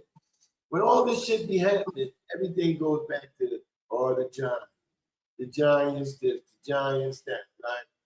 I'm going to tell you, man, I'm going to always be a fan of the franchise. I'm not going to be a fan of players or fan of ownership, or I'm a fan of that Johnny emblem, because to me, I seen I went for Super Bowls and lose. That's all I'm gonna remember. I ain't gonna remember the motherfuckers that did it for us. I'm gonna just know that they made me proud of being a Giant fan. You know what I'm saying? You know, everybody they individual into so and so this. So when that motherfucker leads your team, that's just like when Saquon, they said, "Oh, we gave Saquon away. We ain't give shit away." Saquon made a grown man decision. He went out there to seek other teams to see where he wanted to go. He never made it past Philly because he played ball in Pennsylvania with Penn State. But he grew up in Jersey. So all y'all motherfuckers talking about, oh, he's from Philly. He ain't never been lived. He never was raised or grown up in Philadelphia. He grew up in Jersey. His father was a Giant fan. That's why he liked the Giants. No, his father was a Jet fan. That's why he liked the Giants, because the Giants was always better than the Jets. You know, kids grow up like that. They don't always cheer for what their father cheer for. The ones that do is the ones that father made them do that shit. You know what I'm saying? All right. What happened with Saquon, it shouldn't have happened that way. If you know you ain't want him, why you ain't trade him the year before to who you wanted to trade him to? Got some assets. No, you're going to come back the next year thinking that you're going to lowball him. You know what I'm saying? And then he walks away after you tell him to go seek out something and let us know what the offer is, and we'll try to match. You can't do that today. You can't do that, especially if a person loved the organization and then the owner loved that player. Then the owner was seeing how much merchandise and fan support that player had. It was bringing to the franchise. But I blame the owner for not getting rid of them two jerks. They didn't have another year to come back and try to fuck it up again. You know what I'm saying? So that's what's wrong with my franchise. But you know what? A lot of y'all motherfuckers that laugh about the Giants. What's up with your franchise? Dallas, what the fuck you did something? You know, not a damn thing. Everybody talk about how strong Dallas is. What have you done? You went to the playoff every year and lose. You know what I'm saying? Did they go last year? No, they didn't go last year. You know what I'm saying? So until you way better than us, you got one more Super Bowl than us. But until you, for the last decade or so, we're better than y'all. Because you know They grabbing high garbage, man. Yeah, the last 2 decades, we won a fucking Super Bowl in the last 2 decades. You know what I'm saying? Okay, let's go to some other team. Cleveland. When the fuck have you won anything? They never been to a Super Bowl. Detroit, when you won something? They ain't never been to a Super Bowl. Okay. Everybody picked the Commanders to be way better than us. When the last time y'all did something? You went to the playoff last year. You know what I'm saying? You could have went farther, but you choked. You choked against Philly. Couldn't even tackle that day. Don't get me started, because I run down all 32 motherfuckers. That's right. That's right. We can do it too. We got receivers. Last time you did 85, 86. What the fuck you did since? That's right. You know, I just get tired of motherfuckers all the time. The Giants, the Knicks. You can't say nothing about the Yankees. But Yankees got more championships than everybody. Team in the whole state. You know what I'm saying? They got more than all your sports teams. The Yankees got more. You cooking now, Chief. You cooking now, Chief. But they about to get uncomfortable in the chat. You cooking now. You know what I'm saying? So I mean, to all you background listeners, all everybody check, they always got something to say about Chief and Jungle Team. You know what I'm saying? Y'all go suck on some of the raw eggs sometimes. There you go. There you go. Cook them, Chief. Cook them. They got the goddamn bird disease in it. You know what I'm saying? Go suck on some of them motherfuckers. Then come back and try to talk to me. Shit, I get tired of that shit, man. I've been waiting for this day, Jungle. I don't bring it back to old Chief Rock. You cooking, Chief. You cook. Welcome back. Yeah, definitely that, man. You know, what you got to talk about? You got to talk about how they cried about the Knicks not getting that foul called on them at the end of the game. How many times we went through that when she called? That's right. Let's put money back. Let's put money back on that game, Chief. Let's put money back on that game. They put the referees called physical the whole game. They were bumping and grinding, pause, the whole game. So the ref was like, yeah, that was a physical play right there. Right. Maybe it should have been foul. But guess what? If you add up all the fouls the Knicks didn't get called, they would have never been that close. I counted 20 of them. I counted 20 hard fouls that they So didn't the get game called ended at the all. way it should. Yeah. Physical play. Yeah. You know, get some balls, Detroit. I can't help because you don't know how to keep a lead or you don't know how to beat my team. That's right, You man. the game you won. The game you won. I didn't cry about that. They took that from us. That's right. Hand down, man down. Yeah. God damn it. Y'all keep fucking with me today. Where all these points? Where all these balls? Where's Shaq at? Shaq, where you at? I know you be on YouTube. Where you at? You got something to say about the Knicks. Where the fuck you at? You mad because you never played for the Knicks and you from Jersey. That's no problem, right? Okay, right. Jalen Rose up there pom-pom cheering for the Pistons. Bitch, you played. You played for the motherfucking Indiana Pacers. That's right. You ain't never played for Detroit. What? So you that's right. No, Super Booty up there in Detroit, like they the Garden. You know what I'm saying? Oh, Super Booty. So they're gonna roll out Rick Mahorn. You know what I'm saying? They trying to beat us. They trying to beat us. They trying to beat us. Yeah, you know, fuck that, man. And man, shit, I ain't even had nothing to drink today, man. I ain't drank shit last night either. You know, I just said, you know what? I'm gonna have Jeff Fox on, Naughty Dread, Jungle, Cool Sanders supposed to come on. I don't know what the fuck Cool Sanders at. You know, he got a lot to talk about. But shit, you can't talk about the motherfucker up under the pillow. Who the fuck listens to you up under your pillow? You know what I'm saying? You know, Chief. You know, it's been 2 years since Georgia won a chip. You know what I'm saying? Atlanta Falcons ain't doing anything. Right. Braves got a racist manager. You know, it's not looking good for a team, so you don't got nothing to talk about. No, only thing he can talk about that's positive, and big up to his son Bryson, man.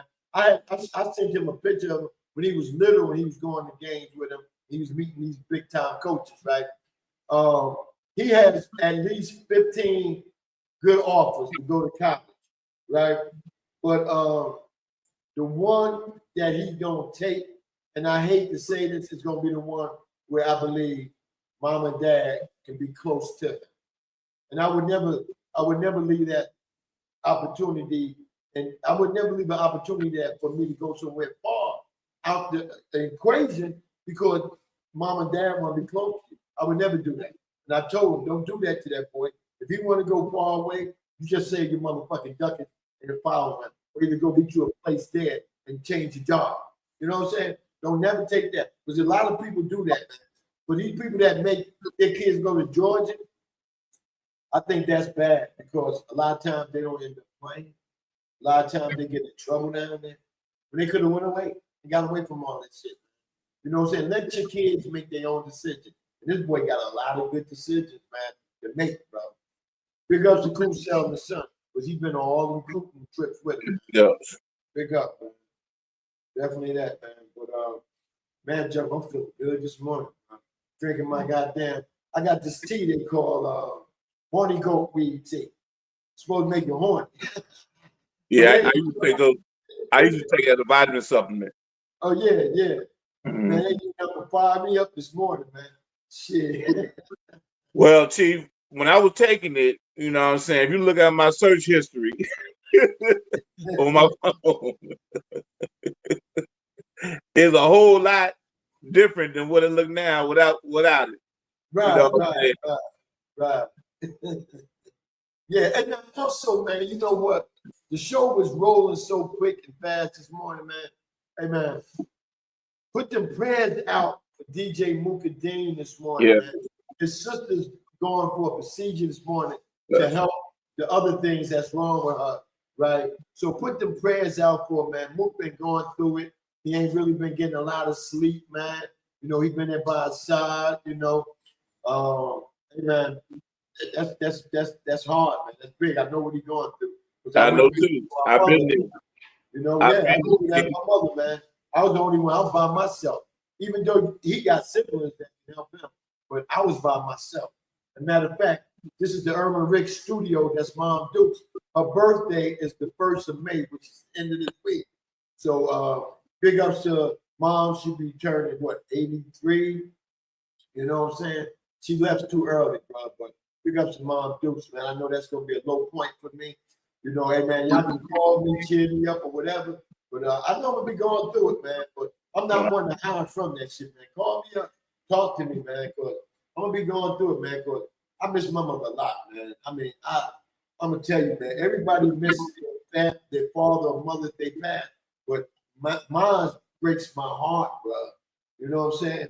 But I try to hold it back so people won't see that shit, man, but I know when that day comes for her birthday, man, to celebrate it, man, I'm going to be tore down, bro. But I'm going to celebrate for her. The shit she like to drink, I'm going to make sure I go get. You know what I'm saying? The things she like to do, I'm going to make sure it's all there for me so I can help her celebrate because she's looking down on me. You know? Yeah, man, we got ours end of May. Her birthday's on 25th. We got something planned, man. Yeah, also, big ups to Poetic Sin. She just celebrated her father's birthday. She did a tribute with her music. And music is the key, man. I mean, if somebody want to do a special music show for me, do that, man. I don't want the sad shit because I had a homeboy that died. I mean, he got killed. He got caught in the house on fire. He jumped out the window and killed himself, right? But he told them, if I ever die, my waiting funeral, I don't want no sad, slow music. At his wake, they played that song, I'm ready. I'm ready. I'm ready. You know, that dance shit, man. And everybody's in there just partying for him. So that's how I want to be, you know, on that day of Mom Dukes. You know, somebody play that happy, good, lucky music from back in the 70s and 80s. I love it. You know, definitely that. Archie said, I struggled with May, lost my dad, best friend, Mother's Day, and lost too. Yeah. Big up to RC, man.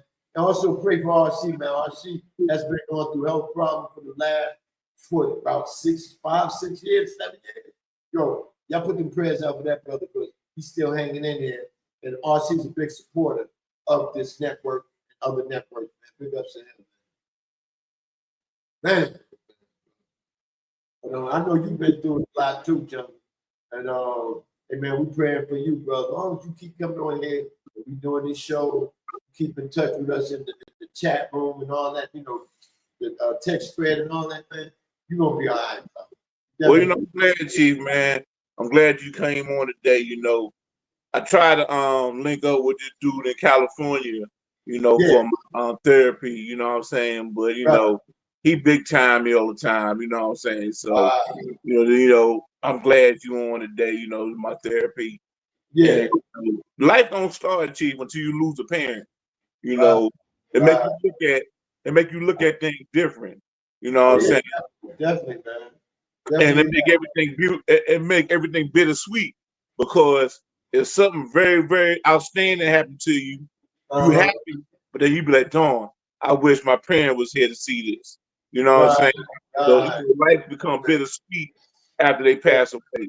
So it just keep grounded and you gotta stay prayed up, you know what I'm saying? And just tell everybody, if your parents still alive, man, just give them a hug, give them a phone call, you know what I'm saying? Give them their photos while they still here, man. Make them feel love. Listen, 11 years we've been doing this. I only had Mom Dukes call. I called her up one time. Remember, I used to do prank calls. I called her up one time, and she didn't know she was on the show. And I had to tell her before she started, you know, Mom Dukes got, you think I got a foul? Shit, Mom Dukes will cut you out in a minute. But that's the only time. I wish she was here now so y'all can see her. We look exactly alike. It's just that she's a little lighter. You know what I'm saying? I got the little darkness from my father, but my father was darker than you, John.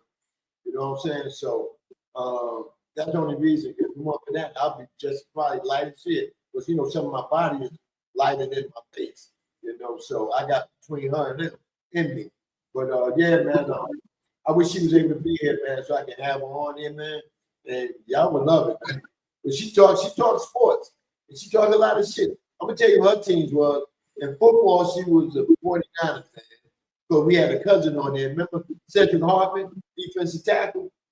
Yeah, He's our family. She liked the Braves because she was from Alabama.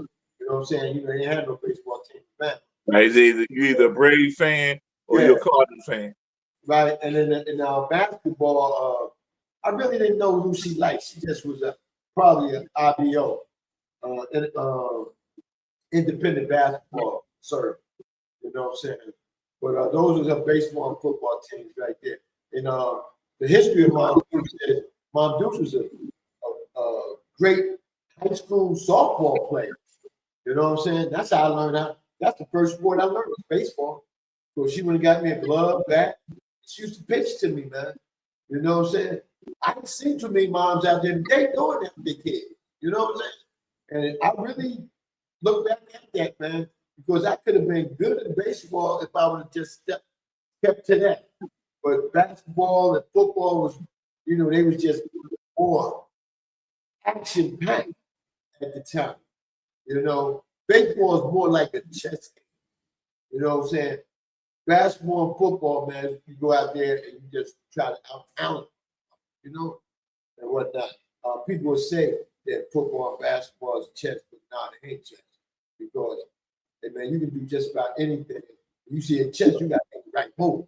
In baseball, you got to make that right move. You know what I'm saying? We got a coach that he's still there, he's winning, but I think he don't make right moves. Aaron Boone, he don't make the right moves, man. You know. And to all my New York people, Jersey, Connecticut, that are fans of the team that me and John do it, man. Hey, man, y'all continue to tune in with us, man. Tell a friend that, hey, Chief Rock can talk that real up top sports when he talk about his team. But all these other teams, I'm going to tell y'all the truth. Y'all motherfuckers stay. Oh, man. So what did you like about the draft besides all this bullshit? What did I like about the draft? Number one, I like Jacksonville taking Travis Hunter. You know, Jacksonville is a very good city for fishing. That man loves fishing. Yeah. You know what I'm saying? That's good. Yeah.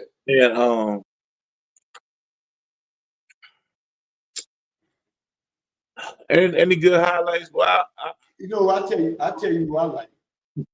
Let me say this one thing, Chief. Yeah. I like how Jimmy Horn got drafted by the Panthers. Right. They're gonna treat him real good in Charlotte.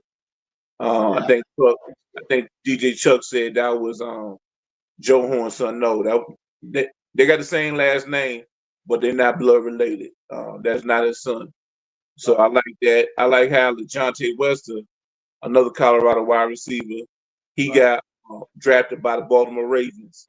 And they told him what the rip, Chief, that you're gonna be our return guy. So he's gonna be returning kicks and kickoff, and now take pressure off of Zay Flowers. Shiloh and Will Shepherd, they signed with, and BJ Green, they signed with Tampa Bay. Todd Booth is a Tony Dungy descendant, and he run a cover 2 defense that fits in well with Shiloh, with Shiloh's skill set. And Will Shepherd been compared to Mike Evans, so he can learn under Mike Evans. And BJ Green, he kind of remind me of Freeman. Freeman played for the Colts and he played for the Falcons. You know what I'm saying? I'm thinking Dwight Freeman, you know what I'm saying? BJ Green remind me of them. So I'm happy for them, man. Also, you forgot two players got signed by Jacksonville, but I bet you Travis Hunter had something to do with that. I can't remember who the 2 players was, but I just said Shiloh, BJ Green, and Will Shepherd. They went to Tampa. Don't talk about Jacksonville. Oh, you talking about Jacksonville? Yeah, they picked up two. They signed 2 Colorado players. All together, Colorado got 9 players, and they were Ohio State, but they 16. They got 9 players that is in the NFL right now. If it ain't drafted, they got signed. And if you get signed, that means that you was looked at. Because there's a lot of people that didn't get signed. You know what I'm saying? A lot of people that people said they should have been drafted and been signed for teams. You know, so Colorado got 9. So, as far as that shit is trying to hurt prime time recruitment, it's not gonna hurt them because people got eyes, people can see. If people leave your team because they feel that you're not the person to get me drafted, they gotta realize Colorado got 4 NFL coaches on there. How many Hall of Famers? 3. You know what I'm saying?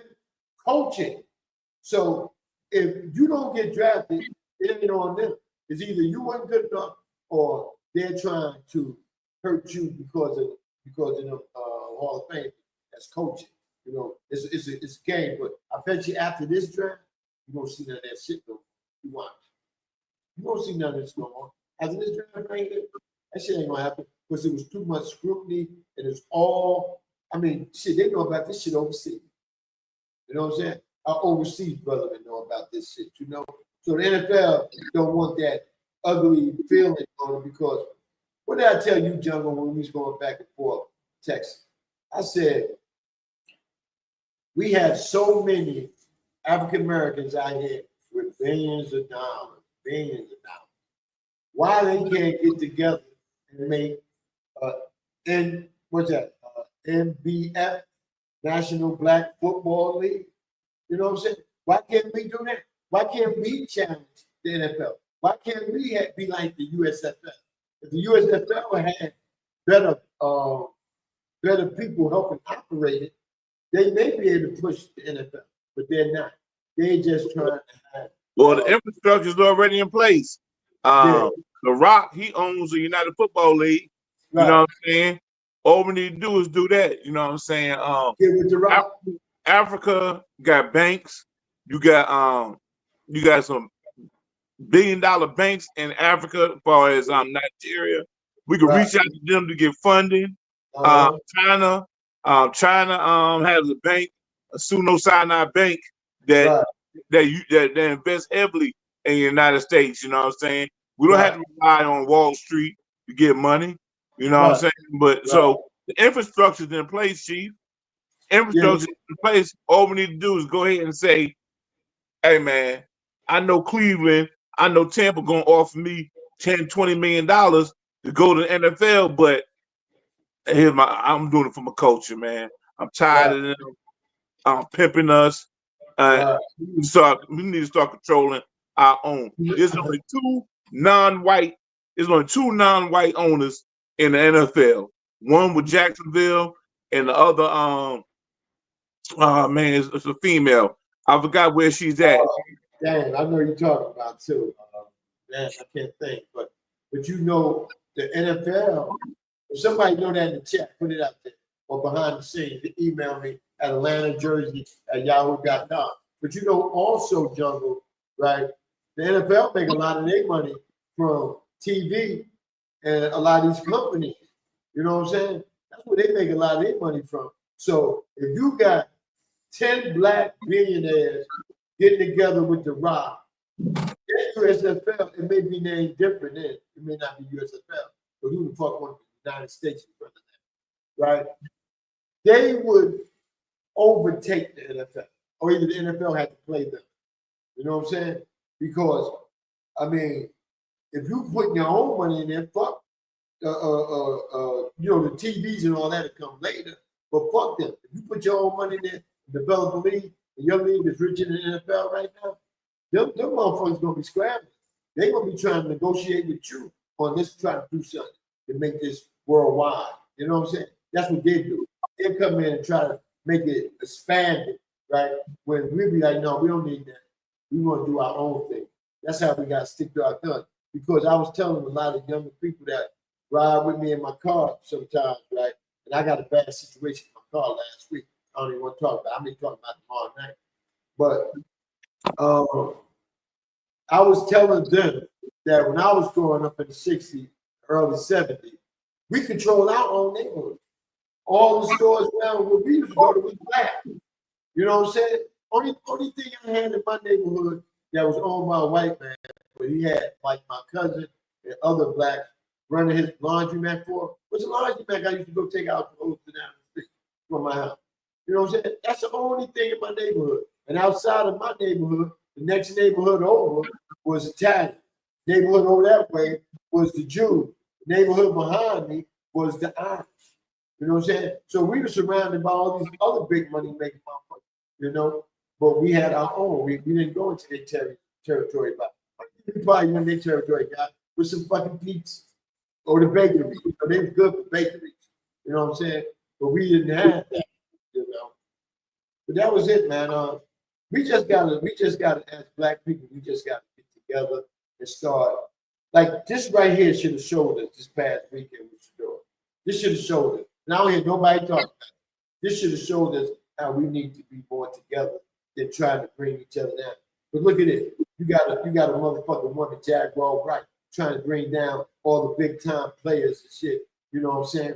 That right now she trying to make her business take Jay-Z down. And somebody else I heard lately that she trying to take down. You know, why is you trying to take these motherfuckers down? Because you wasn't successful in what you was trying to do. You know what I'm saying? That's what it looked like to me. But you want that much publicity to the point you got to take your own down. Go get Elon Musk. Elon Musk right now getting ready to run for the White House because you know what? His Tesla business is about to go down. But they burning up motherfuckers, man. They burning up them cars at different places that he sent cars to people to sell. They burning them up. So he got to go attend to his business now.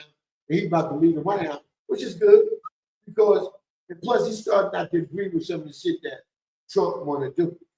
You know, so it's some turmoil in there too. You know what I'm saying? But all in all, we as black people are more intelligent.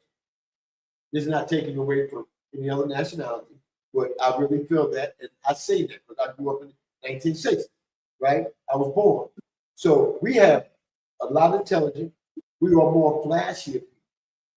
We are more people that have great skin. How many people out there trying to change their nose and mouth and their skin tone to be like us? I mean, a lot of these motherfuckers, I see it every day, you know? So I feel like this, man. Until we stop wanting to hate on each other, want to kill each other, want to jump on each other for any little thing and shit, we're not going to get what we need to be. And I'm 64. I want to be able to be 80, right, and see a big change. And the change is with us back up towards the top. I mean, the change gonna come when we see one of us getting done wrong. It hurts us. You know what I'm saying? Like right now, Chief, we only get upset. Well, some of us only get upset when you harm a close family member. Right. You know what I'm saying? We need to get to the point where we see one of our own get done wrong. It affects us the same way as a brother, sister, cousin. That's what we need to get to, man. We got to stop giving somebody who do a black person wrong the benefit of the doubt. Right. They say, for example, Chief, oh, Shador must have done something wrong. He must have had a bad interview. What you doing is giving them the benefit of the doubt. You know what I'm saying? Shador had a stellar high school career. He had a stellar career at Jackson State. I'm talking about on and off the field. He had a stellar career at Colorado, academic school. The man had over 3-point grade point average and on track to graduate. You know what I'm saying? The school, the faculty, the players, his peers, students, they all love the man. Don't have anything bad to say about the man. Right. You know what I'm saying? So why do you not give the man the benefit of the doubt? You know, Brian Dable has said he don't like black quarterbacks. He like the Daniel Jones. He like Jackson Dart better. So why you gonna give that man the benefit of the doubt of saying Shador didn't interview well? He could have asked Shador. I heard one of the questions, Chief. I know this hearsay. One of the questions with Shador is, can you play football without your daddy? Yeah, he did say that. What kind of question is that? Yeah. And then you don't like Shador answer because you asked a stupid answer. You asked a stupid question, and he checked you. Oh, so I don't like his attitude. You know, you asked that man a dumb question. You asked him. You don't ask a man, can you work without your daddy? You don't ask no other player that. And you know what I'm mad about, Jungle? Majority of the GMs on other teams, they will override the coach Why Shane ain't do that? Shane, if you spent 2 weeks out there in Colorado, you know, following the Sanders family, looking at Shador do work, right? Why you just didn't tell Brian Dable, hey man, I feel this is what we need. When they moved up, no, we need this guy. You should have vetoed that. You're the general manager. You're about to lose your job if this shit don't work. You know, that's why I hope, and to all New York fans out there that want this boy to start right away, I hope that Russell Wilson have a playoff year and take him to the playoffs. So next year they will give him that other year that they said it's not secure. And that's another thing, Chief. Yeah. I heard one of our own, you know, I forgot who it was, but they said Giants need a quarterback. I'm like, man, that's disrespectful to Russell Wilson. That's disrespectful to James Winston. I can understand these little kids who 20, 25 years old disrespecting Russell Wilson because they don't remember seeing him in his prime. Right. You know what I'm saying? But you look at all these teams, oh, they're not taking a quarterback because they got Herbert in San Diego. Oh, Seattle not taking a quarterback because they got your boy Donald. No, Tampa Bay not taking a quarterback so they got Baker Mayfield. Right. None of those quarterbacks' resume is better than Russell Wilson. But then you gonna say Giants is a quarterback? That's a disrespect. I don't like, Chief. Until we start coming together, we won't say stuff like that. Right. And you know what? You know what's so sad about the whole thing? They talk about, well, after Seattle, look what happened. Okay, he went to Denver. He played for 2 different coaches. One coach right now is the offensive coordinator for the Jets, and they're about to demote him or either cutting him off the team, right? Hatch, right? He wasn't no head coach. Then Sean Payton came.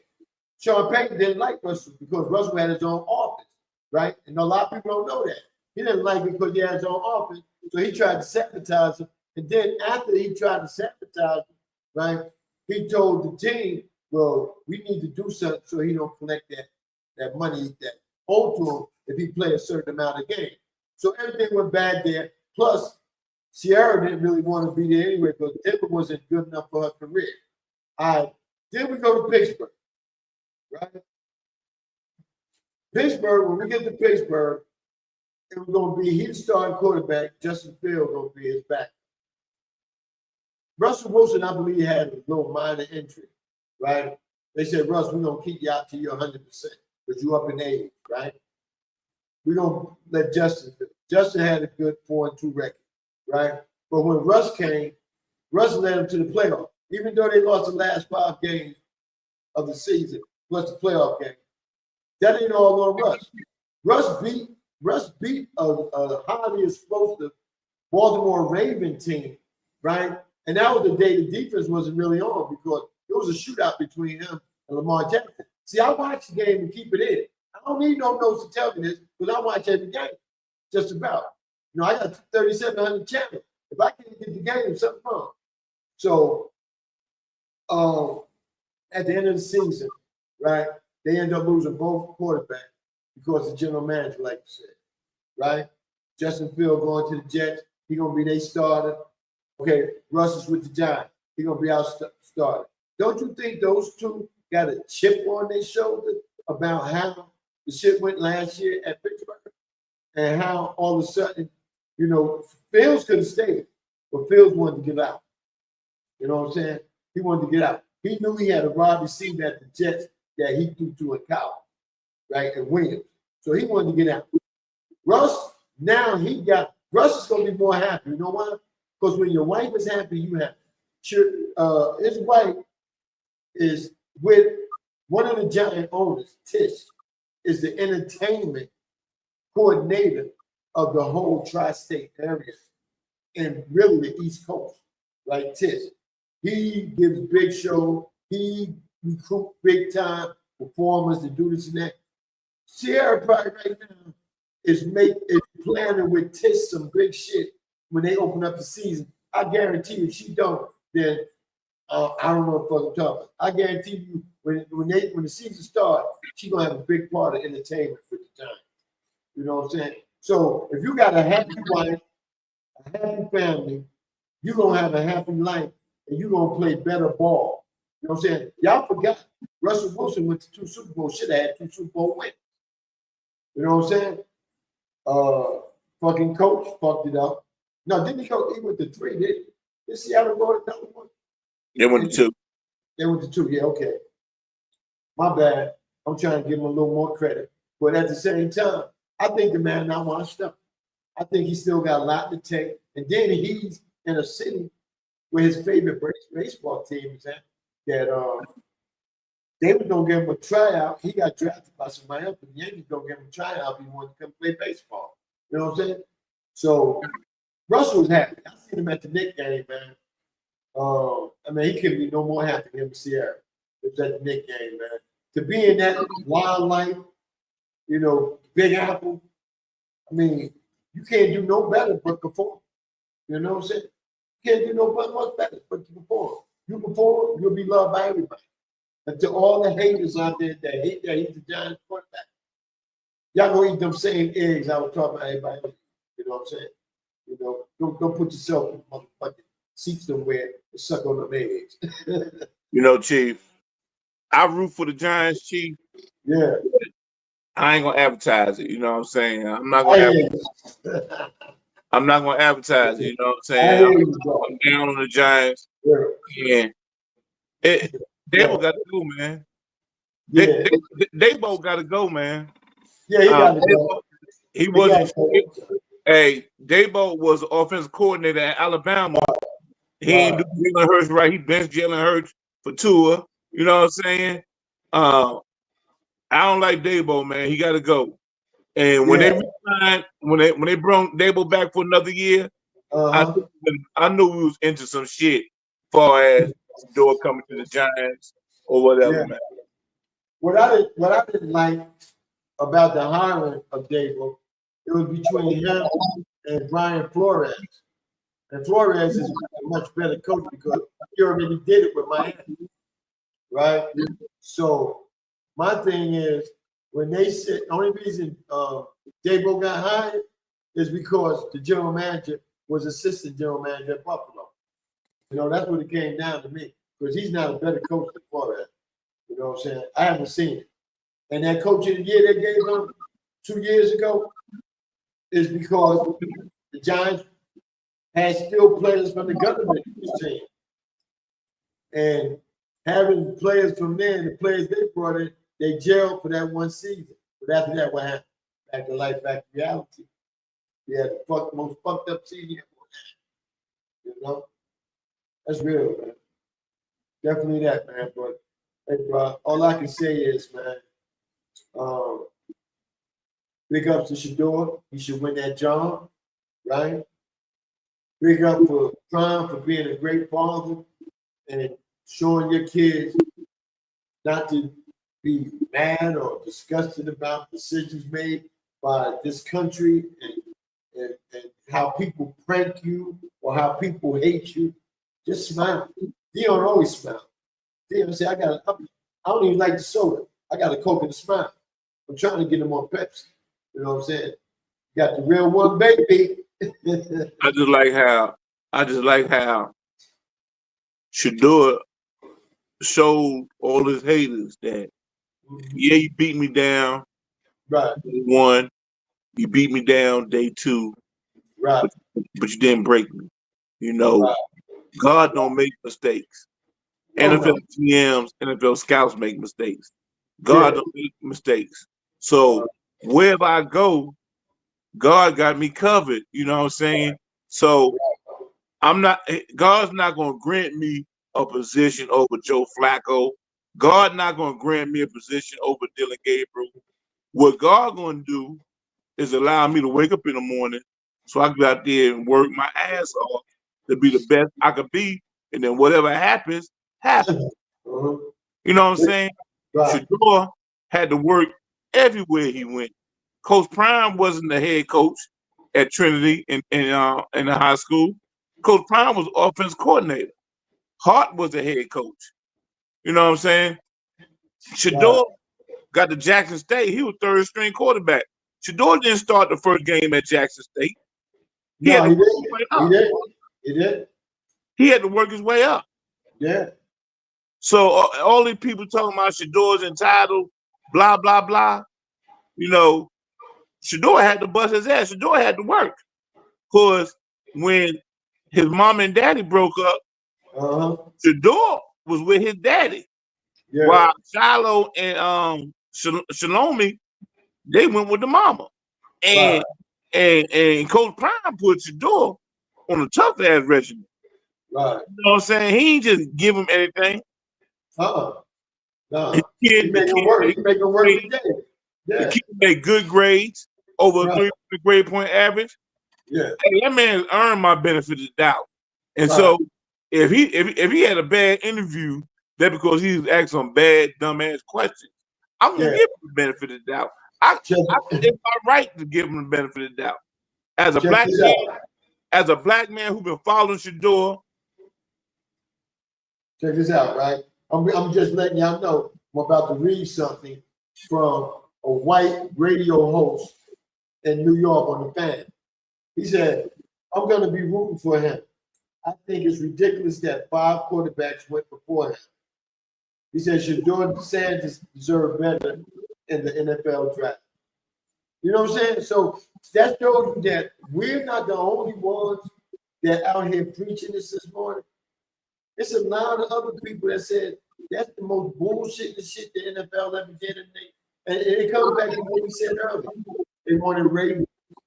Ratings made them more money on a draft. That's all that was, man. Yeah, that's all that was, man.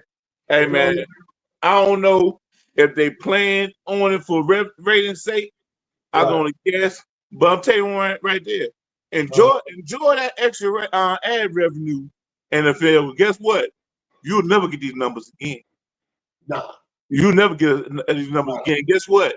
You invited Milroe to Green Bay, and you let that man sit to the second day on day 3, on day 2. You ain't gonna never get no big time player. You know what I'm saying? Unless you give him real good money to come up to Green Bay. We ain't falling for the okie doke again. Right. It's gonna be the last time you ever play us. Yeah. Now you might get somebody like Enrique James to go over there and subscribe to that bullshit. You know what I'm saying? You might get somebody like him. But you're not getting Jungle Brother. You're not getting Buttercup. You're not getting Finch. You're not getting Shauna. You know what I'm saying? Yeah, I hear you, bro. Jungle, you said no. Hey. But you're right though. You're 100% right. You know what I liked about the draft though? When the kid from when the kid from Texas, the wide receiver Golden, when he got drafted by Green Bay, and Green Bay got this little chant they do. I know RT, you back there saying, "Oh man, don't do that, Chief. Don't do that." That chant they go, dun dun dun, ooh, dun dun dun, ooh. And that brother was walking. They showed the camera on him the whole time. The crowd and the music was doing that all the way up till he got to the Ncaa. I call him Ncaa. I'm calling him Ncaa. When they got to the Ncaa and hugged him, man, that joker was feeling higher and higher. I like that from the young man. He told Green Bay, I ain't come here just to be picked. I came here to do some work. Just like the kid from Georgia, that was Malachi that went to the Ravens. He said, I'm ready to go now. You know what I'm saying? That's what I like about us, man. You know what I'm saying? We let him know. I could have got higher pick, but I'm accepting what I got. I'm ready to go now. Let's go. Let's prove this. Yeah, right, man. Hey, he covered. So no matter what you pick him, pick number 4 or 144. You know what I'm saying? Hey, I'm good regardless. Right. Or when you covered with a shield, you don't care where you go at in battle because I'm already covered. I got God's shield. You know what I'm saying? So I'm gonna go out there and I'm gonna give you everything I got. Yeah. And if I don't succeed, it ain't gonna be because I didn't try. Right. It ain't gonna be somebody better than me or you railroaded me. And but you have to expose that. I'm not gonna just roll over for you to doing say, yeah, see, we got him. They want that man to soak, They want that man to start knocking over tables, kicking over chairs. What that man do? He gave God the glory. You know what I'm saying? He won, Chief. Even though he got beat up in the rounds, he won the match. Another thing that some people would have been like, man, fuck the draft. You know what I'm saying? They would have came back out every day and let the NFL cameras come in there to see what they doing. They're like, man, fuck it. Y'all get this shit out of here. Yeah, I get drafted. They call me, I'll be at home, and you'll hear my voice. You won't see me. You know what I'm saying? They didn't do that. That money they spent on that outdoor facility that they made, they was there every day. And when he got drafted, they partied. That's how you should do it, man. Right. You can't, devil, you can't defeat me. Right. You can't defeat me, devil. The devil's at work. You leaked my phone number. You tried to embarrass me. All you did is you embarrass yourself. Here we are Monday. Y'all in chaos control. Yeah, y'all ain't celebrating the ratings. Y'all here celebrating the bullshit y'all did at your door. So who winning? Y'all running for cover. Y'all having meetings. Only organization that's not talking positive about the situation is ESPN. But everybody else is asking the NFL, why? You know? But you got Stephen A. I mean, any of the Stephen A. clowns that listen to other shows to see if they're talking about Stephen A. Yeah, tell Stephen A. bring his bitch ass over. I want to talk to him about the Knicks anyway. Because you always Knicks. But when they lose, you got some negative shit to talk about. You know what I'm saying? So all Stephen A. clownies, tell that motherfucker, number one Chief Rock and Jersey Bird or Bill for this network needs you on his next show. You know what I'm saying? Or even we can take the show, Steve. Or I'll come on your motherfucking show. You know what I'm saying? Whichever way you want to do it. But I think that you got a big platform, but you're a sellout. Stop selling us out. There was a time I was trying to give you the benefit of the doubt, Stephen A. But I can't even do that no more, man. You're ridiculous. You know what I'm saying? You're ridiculous. You're clowning. You know? That's what I feel about that shit, man. You know, stop it. Stop it. That's real, man. I don't know how you feel about it, motherfucker. That's how I feel about it. I know you don't like ESPN, but they won't get my ratings. They will not. You know, I don't watch none of that crap. Only reason why I watched ABC yesterday because my nigga was on there beating down Detroit, walking the dog on Detroit. You know what I'm saying? We was moving on Detroit. Body blow. You know, we got the toughest point guard in the league. Fact. I told my boy, I said, tomorrow the headline's gonna be Brunson miracle comeback after an ankle that he couldn't get up on. But he couldn't get up at first on that shit. And look how he came back and did what he had to do. You know what I'm saying? So, hey man, it's in our destiny. And I'm gonna put that out here right now and watch motherfuckers gonna break the internet or they're gonna come back in the chat room. The Knicks is winning the championship. We can ready to go to Boston and beat their ass down. Y'all your boy. We're gonna beat that ass. And then we're gonna take care of Cleveland. Oh. Your boy from Cali, he bet me $50. You know what I'm saying? He bet me $50 Detroit was gonna beat the Knicks. Why you know what I'm saying? And I got it recorded. We did it on our show, on our Chop It Up show. He said we bet 50 that Detroit is gonna beat the Knicks. Hey, the greatest. I want my money. Run me my money, sir. Yeah, run you your money. But check this out, right? Check this out. Now, he ain't coming to ask me. And I bet him $100 that Colorado would win 10 games. There was one short. It was a game you should have won and you gave it up. And I would have won that 100. But you know what? He got 100 from me, but he ain't come back and said, "Chief, you want to bet on your Knicks?" But I tell you what, D-Great, when we go play Boston next year, run me that money, like run that shit to me. Right? Put me on the bet list. Right? He need to watch the show.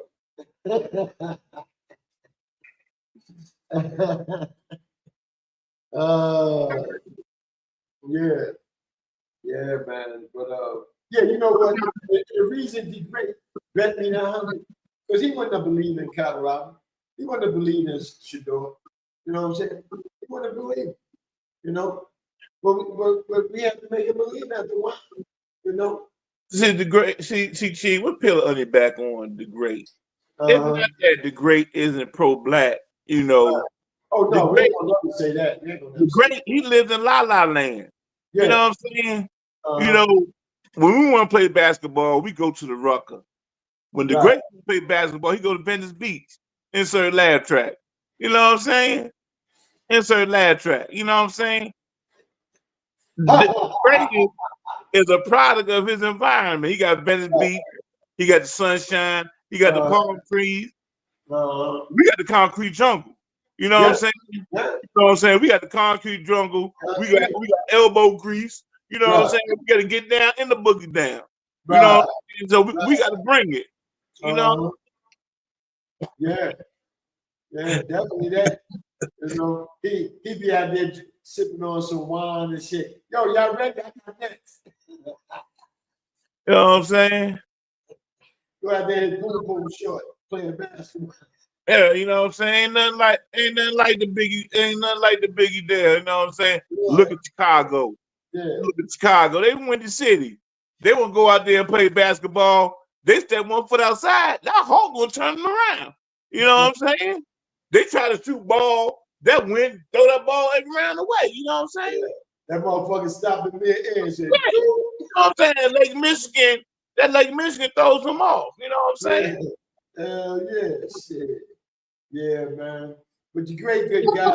And I love that brother, man. But you know, when it comes down to the sport thing, you're great. We cannot be friends on the sport thing. Because you got teams I don't like. I hate the Cowboys. I hate your Chargers, right?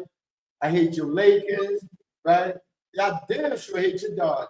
Them bitches finally won another World Series, and then they gonna talk about the other team like they win shit. And we gave you 3 in the goddamn game out of the 4 you won. We gave you 3. You know? Speaking of which, you know, Jeff Fox, that rocks the box, he said JJ Redick was an MVP. You know what I'm saying? That's true. Because when the game first started, Randall, he was cooking. He was cooking Luka. You know what I'm saying? Between the legs, taking it to the basket. He was cooking Luka. What JJ do? He let Luka stay on Randall. And he got cooked. And he make no adjustments. You know what I'm saying? I think, man, I'm watching the game yesterday. Even though Luka made shots, they got to put the ball in LeBron's hand. You know what I'm saying? Right now, LeBron playing off the ball. You know what? I don't think that's a good idea, man. You got to put LeBron on the ball, man. I think so. So Luka a good scorer. Luka a good scorer, right? Yeah. But Luka, he wears down defensively. So let LeBron bring the ball up. You know what I'm saying? Bring it up. You know what I'm saying? Bring Luka off a screen at the top of the key. You know what I'm saying? Lighten his load. But you know what that goes back to? It goes back to Dallas thing. I'm glad you mentioned that. Goes back to Dallas. When Kyrie came to them last year, instead of Luka accepting him and letting Kyrie keep everybody in the game and you'll get more easier shot. No. Luka want to shoot that motherfucker from 50 yards out, shit like that. He wanted to be the Luka show. But when he went to the bench, it was the Kyrie Irving show. That's how he got to the motherfucking championship. And for the fans to say he's not fat, bring him back. Yeah, that bitch fat. You know what I'm saying? He just lost a little bit of weight since he went to LA. LeBron put him on a little program in. But what's hurting him with LA right now is, okay, Luka, you got 37 points. I had Luka getting 8 assists. This bitch only had 1 assist. He's still firing up the motherfucking ball. Pass it to the open bench. Pass it to the motherfucking Luka. He made me miss motherfucking 7 but the motherfucker had 1 assist. He's supposed to have 8. What type of shit is that? Big as you is, you can look over motherfuckers and pass the ball to the open bench. No, he want to match LeBron's. Whatever LeBron do, he want to match that. And see, it takes a coach to make you stop doing that shit, man. But JJ Redick act like he's scared to say something to this motherfucker. Hey, look at Pat Riley back in the Lakers days. Look what he did. He let Coop bring the ball up sometime, take pressure off Magic. You know what I'm saying? Remember when the Scottie Pippen guard Magic had Rodney let Coop bring the ball up? You know what I'm saying? We know Coop gonna wear Magic down. I mean, Pippen gonna wear Magic down on full court defense. You know what I'm saying? Take the pressure off. Help your player. Help you. Right. And Jeff Fox, that rocks the box, he mentioned Miami, and he said Tyler Hero is the best player on the Heat. Now Tyler Hero has advanced, Chief. He got better. He went from just coming off the screen shooter to now he getting the points off the dribble. Bam can do that too, but is Bam healthy? I don't know. I don't know if Bam healthy because this ain't the same Bam I seen 2 years ago. No, damn sure ain't. Or in the Olympics. You know what I'm saying? So, hey, so is Bam 100%? Now, you mentioned Spoelstra might be the top 2 head coaches in the league. You know what I'm saying? I ain't never been no big Spo fan, but I can't look at Fox side eye when he said that because the man has done more with less. You know what I'm saying? Yeah. But also, Jungle. Also, he said about Tyler Hero. If Tyler Hero was on another team, he'd be coming off the bench. Yeah, I think he said something. He was the second or third option. Yeah. If you put him on Golden State, Tyler Hero coming off the bench. If you put him on my Knicks, he coming off the bench. Yeah. But damn, you seen my boy yesterday for the Minnesota. What's his name? Reed. No, Reed. I like Nas Reed. Yeah. The white DiVincenzo. Just imagine you had DiVincenzo, Chief. Ah, damn, boy. I hate we gave up DiVincenzo. That's what they wanted.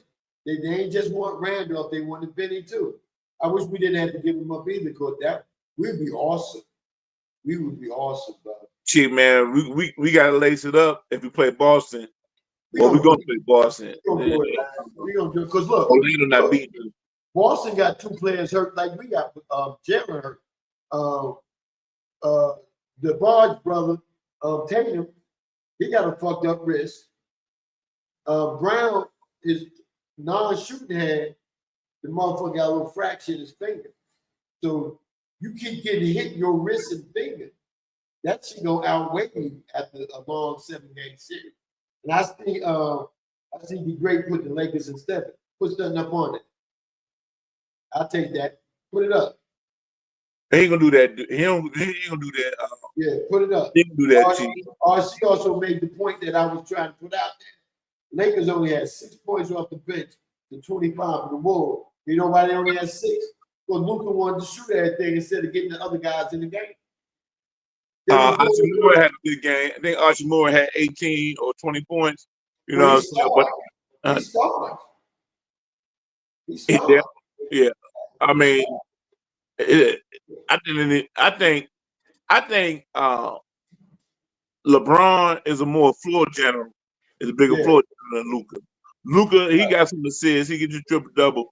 But I think LeBron get more people involved. I think it's best to let LeBron bring the ball up like Scottie Pippen did, and let Luka come up top off the top of the key, and let him bait. You know what I'm saying? Take pressure off. That would be a better. Well, either what's up with the point guard, man? The guy they got from Miami, the Barge brother. All these light-skinned boys getting jobs these days in the NBA. What's up with that shit, man? Hey man, those Karens at these schools, man, putting in work. You know what I'm saying? They major in physical therapy. You know what I'm saying? They major in sports nutrition. They getting it in. You know what I'm saying? While Lucretia, you know what I'm saying? While our Stephanie's and Keisha, while they majoring in education, journalism, communication. Karen and Becky, they majoring in sports nutrition, sports physical therapy. They get up with these players. Right. Hey, yo, listen. I know you married and everything, and I hope Buttercup ain't around. She ain't around. You talk. Okay, yeah. What you think about that girl that works for ESPN doing basketball, the one that played, who she played for? I think she played for Notre Dame. Did she play for Notre Dame? Yeah, the chocolate one. Oh my God, she be wearing them dresses that just be having me sitting up that motherfucker in the twilight zone. I don't watch ESPN, so you gotta get. What's her name, man? She's an African. She played college basketball. Now I'm trying to think. I think she played for Notre Dame. If I'm not mistaken, somebody correct me. But she works up there with Malika Andrews, Perkins. Oh, I know you're talking about. Whoa. Yeah, she nice, Chief. She nice. Damn. She passed now. I said the blacker the berry, the sweeter the juice. I bet you that juice is sweet in the motherfucker, boy. Damn. And also Monica McNutt is nice too. She got married. She just got married. Monica McNutt. Monica McNutt. She real tight. What's her name? Chingy. She real tight. Chingy, yeah. Oh yeah, Monica McNutt. Yeah, she can have all that. That's real, man. I know y'all women in the background say, listen to them motherfuckers. You got them. I give my sisters credit. When they looking great like that, you know what I'm saying? I don't like Malika Andrews, but she got one of them snotty ass motherfucking attitude. And she got brothers fired. She got Jalen fired. A couple other motherfuckers, man. I heard it through the rumor ride up there at ESPN. Don't fuck with her. That's why nobody fuck with her no more. Fucking Richie Jefferson made one. That's why he ain't in the booth. That's why he ain't in there. They got him doing games now. Because he was opening up his shirt and shit because he sat next to him. You know what I'm saying? You know, he tried to be Pretty Boy Floyd, but they Pretty Boy Floyd his ass right there at the game. Yo, you announced the games, goddamn. You gotta get away from this. Well, they got Andrews a motherfucker, man. She's a sister. And that's what they killed me about that, man. You up here Tyson brothers and getting them fired and shit. You know what I'm saying? You know? I guess the white boys don't want them. The white boys want that. They want that sister though, man. Chingy.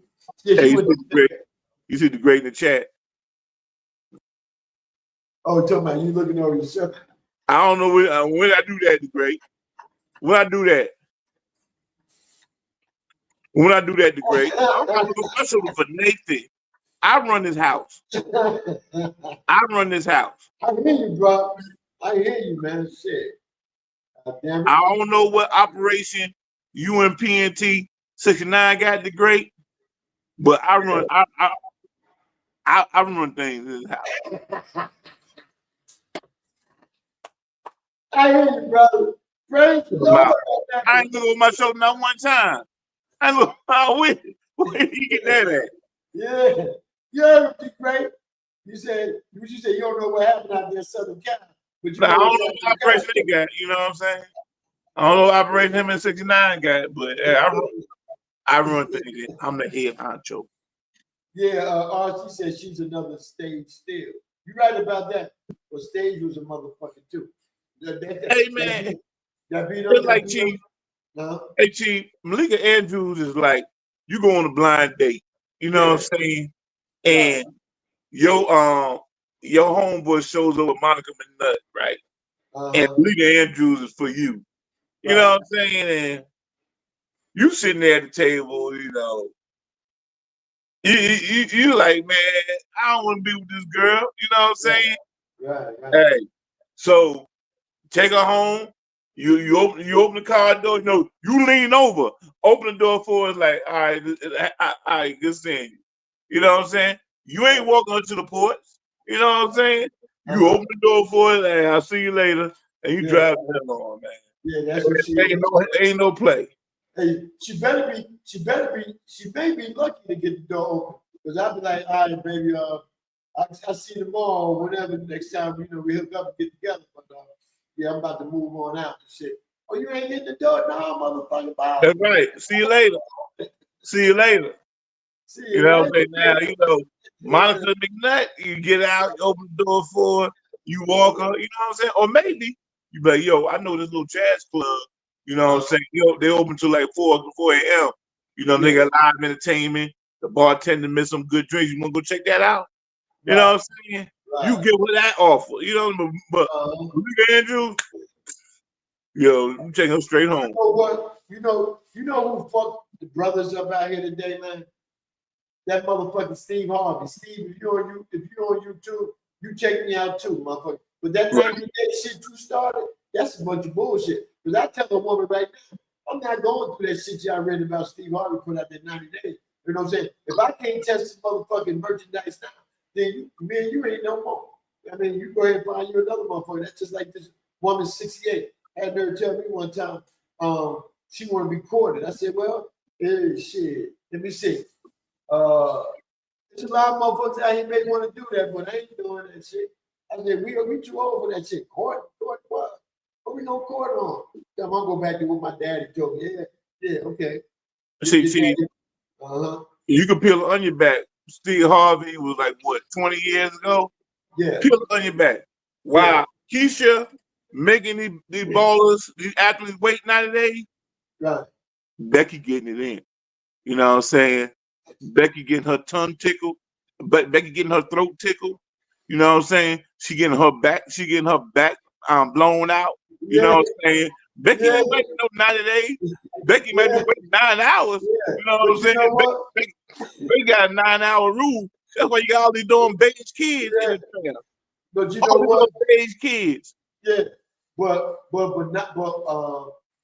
Monica, Tiffany, Shanae, and all of them want to go 90 days. I want to be wine and dime. All right, I tell you what, I got the wine. All you gotta do is get on that dime and shit. And you get all the wine you want, motherfucker. Hey, you swipe left on Becky. Becky already done swipe left on you. So when y'all match, Becky look up in your DM, you know what I'm saying? That's what they said, Jungle Brother. You know what I'm saying? You Buttercup make a good couple. Yeah, me and Buttercup ain't doing too good. Oh, well, guess what? Hey, I got some coupons at Top Golf. You want to go there? Yeah, let's go to Top Golf. You know what I'm saying? Yeah. Oh, at Top Golf, Becky saying, yeah, my friend's throwing a party at his house. You want to go? Hey, you know what I'm saying? You know, and then 9 months later, you got big kids. You know what I'm saying? Becky about it. I think, you know what I think I'm going to do? And I thought about this a lot and whatnot, you know. But you know what I'm thinking about doing? I'm thinking about doing a confession show. You know, I'm a confessor shit. You know what I'm saying? And I mean, I'm to the age now. What the fuck? I'm up there. You know what I'm saying? I think I may do a confession show, man. You know what I'm saying? About me and some women back in the days and shit, you know, and whatnot. You know, when I was, now you tell people that, you know, you was good and too true all the time. I may have some confession stories to tell and shit. But until then, you know, this is all, you don't get a teaser right now.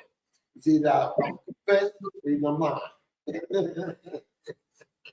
But you know what? Because I feel like this, man. A lot of these nosy ass women out here want to hear that shit. So I'm gonna give you what you want to hear. You know what I'm saying? If you want to hear what Chief Rock was about, I'm gonna put it out there. You know, I mean, these girls, they walking around with 5 kids talking about celibate. You know? Yeah, 5 kids. I'm celibate. I'm not doing it. I get married. Well, what happened the other 5 times? You invite her out to eat, she bring her girlfriend. You know, it's like these black girls, they doing everything. They losing the war with Becky. You know what I'm saying? You know, they losing the war. Yeah. You know, Becky about her business. Becky laying down on business. Not staying on insert laugh track. Becky laying down on business. Hey, Becky and Lee-Shine. Yeah. You want to go all the way? You want sucky fucky? Laying down on business. You know what I'm saying? You know what I'm saying? I want that. And I want you to rub me down. Becky up there in Venice Beach, waiting for Marcus to come up there and scoop her. You know, you think Keisha going down to the Rucker? You know what I'm saying? Getting with these basketball players, dunking, 6'9" brothers. Nah. They're in Town Square, want some dude to take me shopping. And to everybody out there, this is built for this network. You know what I'm saying? We on Roku TV, Mixcloud, Twitch, Amazon Fire Stick, right? And YouTube, right? I see that Truck D is informed this morning. You know, he one of them late coming motherfuckers. He coming this bitch after you done been there, you know, did a lot of shit. He said, you gonna let us know the midgets is still around, right? I need to put this up there so YouTube, so everybody can see that. That the midgets are still around. We already know you don't have to confess. Shut up. Chuck said, great show, fellas. Chief, go for this network. Jeff Fox, Jungle Brother Natty. Yeah, thank you, Chuck. I'm glad we was able to entertain you this morning. Yeah, man. She said Raising Canaan is back on this Thursday night. Yeah, that's what I meant to say. I'm glad you mentioned that. You know, this is the entertainment part of it. Why 50 Cent every time you turn around got to take a week off? We got to wait a year for the motherfucking show to come back. And then you want to take a break here and there. Let the motherfucking, first and foremost, 50, if this is the last show, you should have 15 episodes instead of 8 or 10. You know what I'm saying? Well, you have 50. Bring your ass on in. I know you got shot 9 times. Shit, I got shot looking at you 18 times. Shout out to Truck D. He had problems with his dialing last night. He couldn't participate in a Gudio. You say, we say. You know what I'm saying? Shout out to RC. I think RC won last night. I think RC won. Paul won last night. Oh, okay.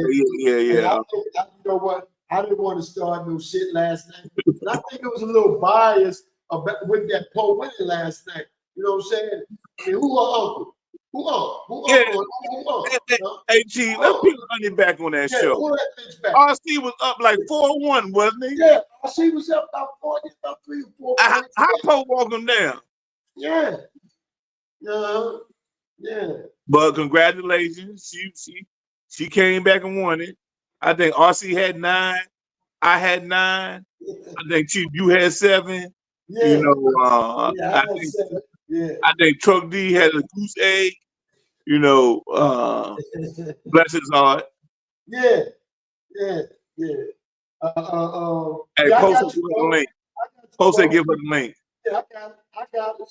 I think Truck D had a goose egg. His modem wasn't acting right, so by the time Truck D sent the answer, the Grayson already asked 4 questions.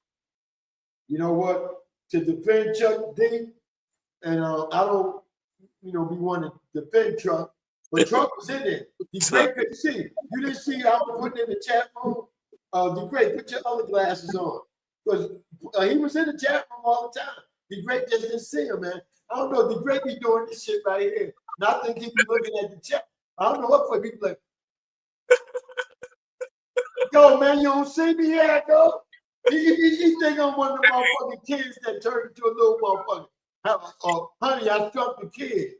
You know what I'm saying? Honey, the cat is strong.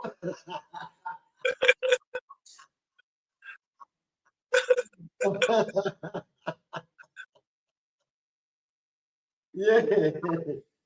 She said, Poe copied me twice and then one at the end. Congratulations to her. Laugh out loud. Yeah. Jungle, the only thing you had right was trucking and waffle. Hey. See what she said about me. She said, Chief, how A-Trap come in after you and got more points? Well, because I wasn't really participating like that, bro. Come on, man. That's your excuse. That's your excuse, sir. That's your excuse. And Jungle, you know you ain't had no damn 9 points. Don't sit there and lie. When you want to run the take back, you ain't had no 9 points, sir. No, you did not. Don't sit there and lie. Don't sit there and lie. You can't bring it up. Yeah, I got 2 answers right. I had to tuck it in the waffles. You had to keep repeating that. I like Jungle. Don't keep saying that over and over, because I'm going to look at you funny. Because how you know about tucking and waffles? But still, you can't bring it up. I got my tucking and waffles right. I got tucking and waffles right. Bruh, I would even say that out loud if I was you. I would even said that more than once. Like, why you kept saying that over and over and over? RC can attest to that. Like, why, bruh? Like, I mean, tucking? What you know about tucking? Like, you're a grown man. Why are you talking about tucking? Unless you tucking. Are you tucking? Are you doing waffles? Having people shit on your chest and hit you with a tennis racket? Like, who does that shit? You must be one of those motherfuckers that eat soup while they driving. Bro, you got me choking over it. Hey, RC said Jungle had 7. Paul. He said Jungle had 7. Talk to Great to give him another point. Yeah, well, actually, the greatest did mess up his points. He did get 800 for that apples Apple's answer, but the greatest in accounting. But I spotted you. I spoke up for you. So you over here try to railroad me, and I spoke up for you. Make sure you got your I point. did not railroad you. I said, you had 9. I said, I had 9. And I forgot. I know. Hey, your boy, turn your volume up. I forgot. Yeah, Turn your volume up. who? Jungle? Because I'm like, I could barely hear Jungle. Turn your volume up, I thought it Jungle. was just me. Yeah, No, your volume cutting in and out. See, every time you on something, your microphone start acting up. That's why I call you Rice Crispy, because you snap, crackling, and popping every time you talk. I mean, whose mic does that? Whose mic does that? Other than this dude, the tucking and waffle tucking. Paul, you all I right? got time today. I'm on lunch. Oh, you feel Yeah, good? I'm on lunch. Paul come this motherfucker like Hurricane. Yeah, it's a pretty day in Durham, North Carolina. It's a pretty day. I'm driving. Well, I'm lunch right now. Man. But Hey, but Paul, no, it was fun last night. It was cool. It was cool to do. Like, that was good last night. I like that. Even though I wasn't really trying to concentrate on it. Yeah, it was cool. I just having fun with y'all. But Jungle was serious about that shit last night. Y'all could tell Jungle he was behind. Oh no, hell fucking no. You stole my 800, my waffle. Yeah, it's earlier. And what I was saying earlier, like when I said like yo, comment down, I just said like, everybody trying to like talk over each other. That's the only reason why I said, get a handle on that. Because I mean, I get it. That's great commentary, you know what I mean, about Shador and everything that's going on with the draft is some bullshit, yes. But it was like just too much talking over each other, trying to I get you trying to put your point out there. I mean, both of y'all had points. Hey. Thank you. But yeah, both of them have points. Thank you. Have a good day. Okay, thank you. Sorry, I'm at the doctor. But no, both of them had great commentary. It's just talking over each other. I can't stand. You know what I mean? Because you can't hear what you're trying to say.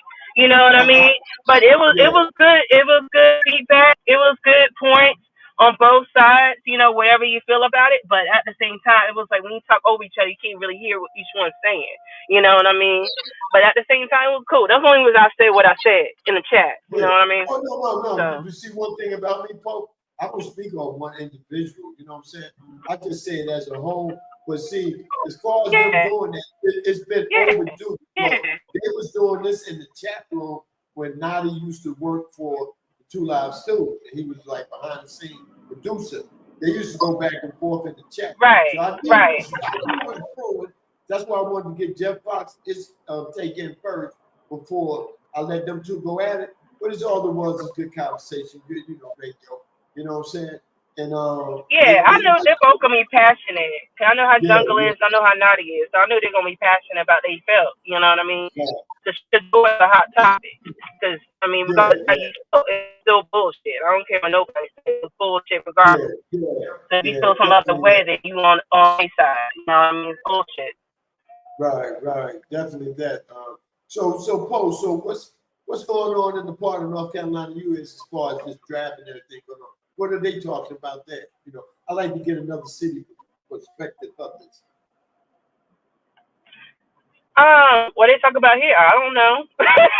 But I mean, like far as what my friends, they told my homegirls, like, I had talked to a couple of them last night, texting. Yeah. But one, she's a Ravens fan, so she was more interested in like what the Ravens got going on for her team, because she wanted to see them go back to the Super Bowl. But I mean, she was feeling the same way about Shador.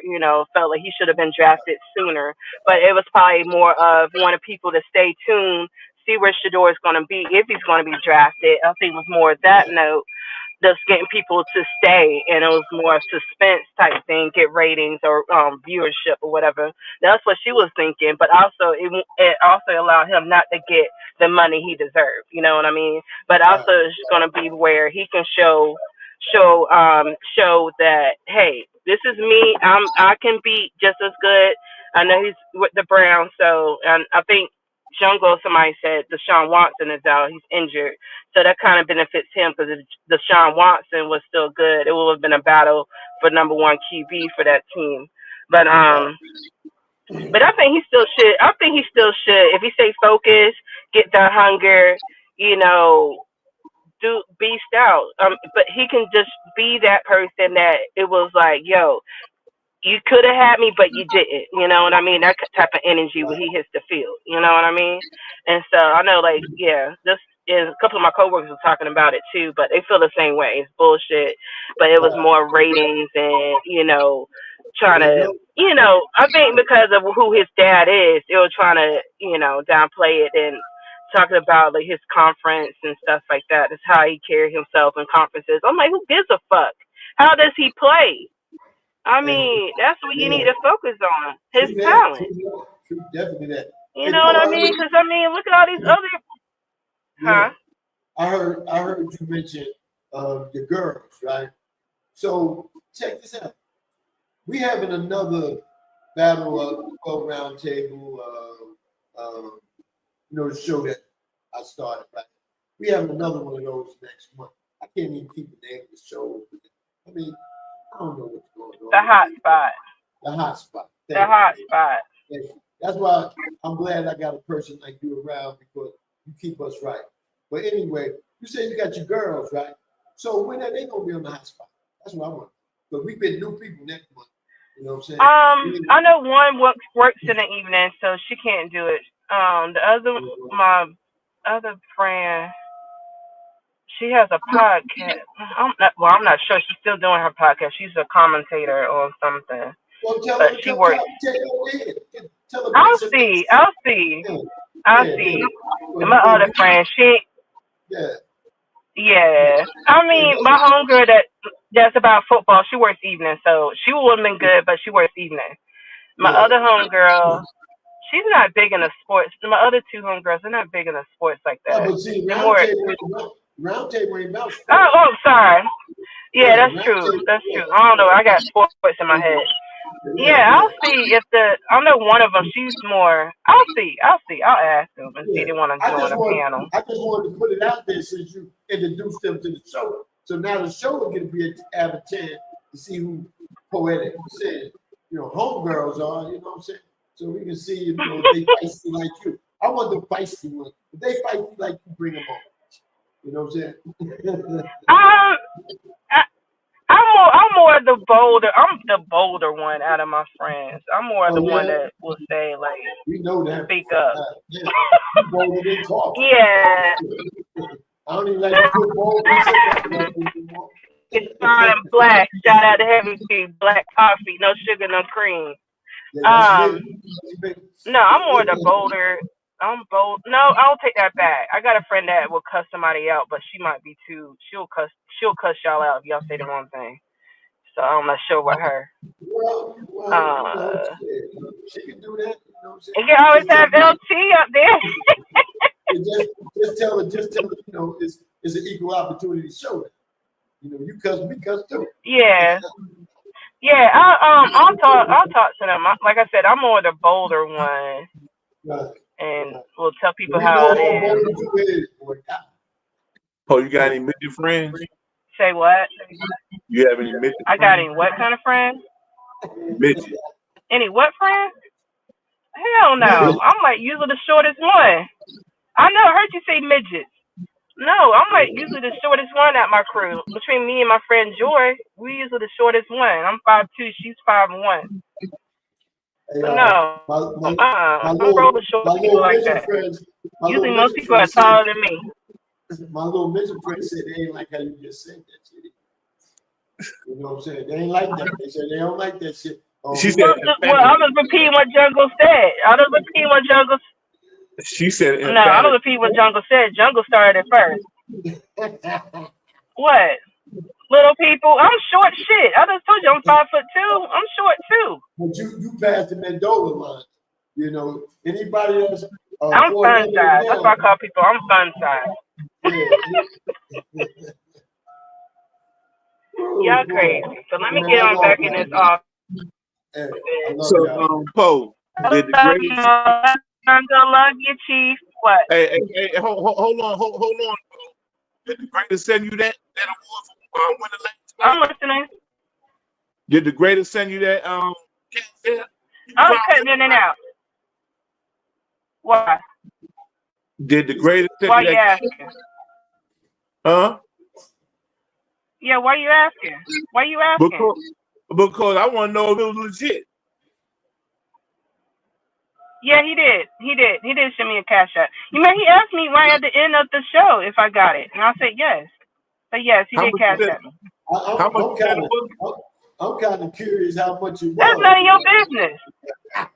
That's none of your business. You should have won then. You should have won if you want to know that information. Yes, he cashed at. Yes, he cashed at me, but no, ain't none of your business how much it was. You should have won then.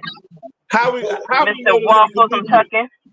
How we know this ain't collusion and this was an inside job? How we know if this was a setup? Yeah, that's what I want. It wasn't no setup. How many times did I diss the greatest talking about he was eating sunflower seeds and he tried to say they were gummy bears?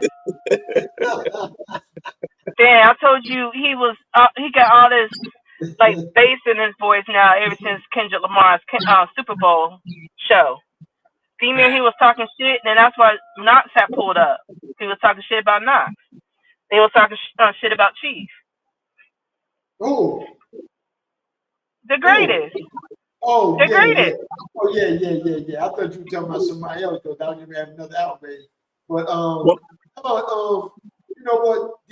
The great want to be from the East Coast.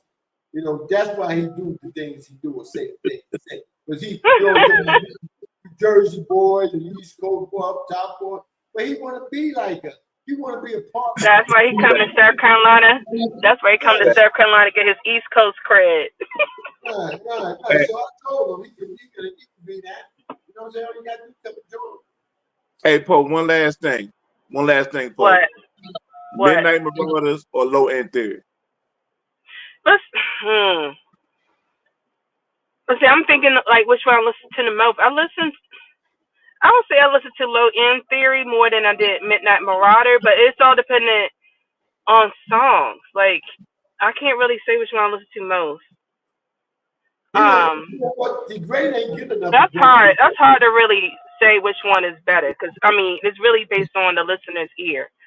You know what I mean? So check the rhyme or electric relaxation.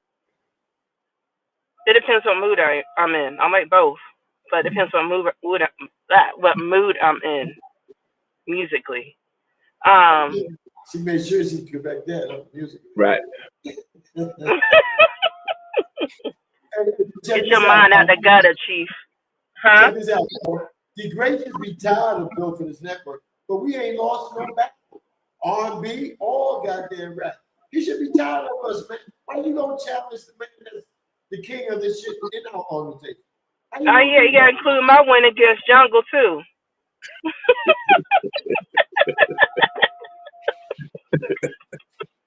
I said build this network. I know. We flexing over here.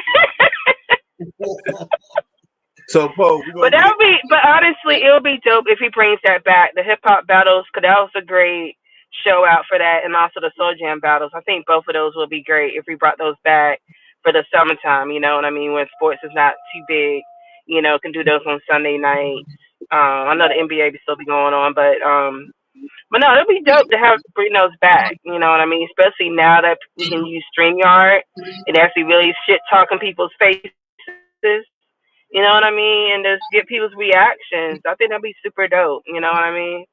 So yeah, I think that'd be great to come back. I want to see Chuck D versus Big Illinois, and I want to see Poe. Everybody always say I sound like a lawyer. And I want to see Poetic versus Charlie Q. The greatest to make that happen. Hey, hip hop battle, I'll go against anybody. I don't care, male or female. That's why I asked the greatest I have to go against a female again. Because I feel that that's being sexist. For the strong, not the weak, baby. Bring them all on. Yeah, I can go against a dude. I mean, what's wrong with me going against a dude? I went against Jungle and look what happened. I want you to This is the first time Look, this is the first time he showed his face since that slow jam battle. What do you mean? I show my face all the time. When T-Man lies you tell. When T-Man used to have his own show on that what's that platform, Chief? I used to go in there all the time, showing my camera on with him and Crown Holder and Chief. Yeah, he did back then. I don't know what I know what it is. Jungle used to sit back there, you know what I'm saying, on the show, I heard this from the grapevine. I'm not saying I know about it. But you sit back there with skivvies on and shit, so he didn't want to come on air like that. I got my skivvies on now. You want me to stand up? You want me to stand up, Chief? I got my skivvies on. No, see, no. I'm standing right now. I'm standing right now. We good. You're good. I'm standing right now.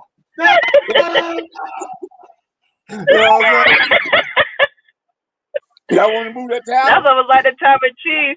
But Chief was on that. Boy, sit down. Sit down, Jungle. Stop. Look, the viewership just went down to 0. We had like 10 people. It just went down to 0 with you, Jungle. Stop. Play too much. You play too much. Ooh, boy, man. You see, I got blind over here and shit, man. I'm like Ray Charles. Y'all dumb. I love y'all. I'm gonna head out. I love y'all. Peace out. Peace. That was Poetic Sin. Check out tonight. Poetic Divine. She be on the night playing the music from 9 to probably 10:30. So check her out tonight, man. It's gonna be a good one. Hey man, it's almost about that time. The adios. I ain't did the show almost 3 hours in a long time, man. But I feel good doing the 3 hours, man. But, that's what the intro said. 3 hours non-stop. Nobody can do it like Chief Rocker. Everybody doing 2 hours, hour and a half. You know what I'm saying? When y'all gonna get to the level I am, Yeah, that's me. But Jungle, man, last words, man, before we get the fuck out of here, man. Hey, man. Hey, one last word, man. Yeah. Now you see why I'm always rooting for the black quarterback. Since y'all know me, I always root for the black quarterback. Right. When they do something wrong, they throw 4 interceptions. Right. Don't come on here on Monday and talk about so-and-so black quarterback threw 4 interceptions. I always come in here and talk about the quarterback who had 3 touchdowns and 0 interceptions. Right. It's not my job to sit here and talk negative about a black quarterback because the other side already got that covered. Yeah. They already got that covered. So now you see why, after how they done Shador, is why I always pump up for the black quarterbacks. And number 2, they be asking me, Jungle, why you not celebrating Cam Ward? Why you not celebrating Cam Ward going number 1? Here's like this. Here. When you got 2 great white quarterbacks, they always take 2. You know what I'm saying? But when it comes to black folks, they always try to pit one against the other. They don't never take 2. You know what I'm saying? They don't never take all. They always take one token and railroad the rest. Hey man, watch this your door. If you feel some type of way, if you feel some type of way about it, that's a good start, man. But right now we're on psychological warfare. And every little chance they get to belittle, to degrade us, and to take our hope and our faith away. You know what I'm saying? Every chance they get. Shout out to the Sanders family who still give God the glory. You know what I'm saying? After all that travesty, 2 days, man. One love to them, one love to y'all, man. Peace. Peace out, man. Take care of yourself, man. One love. Yeah. Everybody, great show today. I enjoyed everybody in the background. I hope you was entertained. Hope you got a lot of knowledge from this shit. You know what I'm saying? If you ain't getting no knowledge, well, go in there and listen to Stephen A. He'll give you some motherfucking knowledge.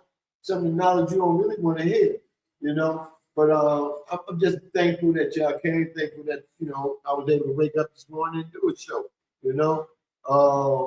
I just think I just thank everybody here in this Built for This Network organization for the things we do. Y'all don't know a lot of things we do behind the scenes. Y'all don't know a lot of things that's coming out soon that we don't have, you know.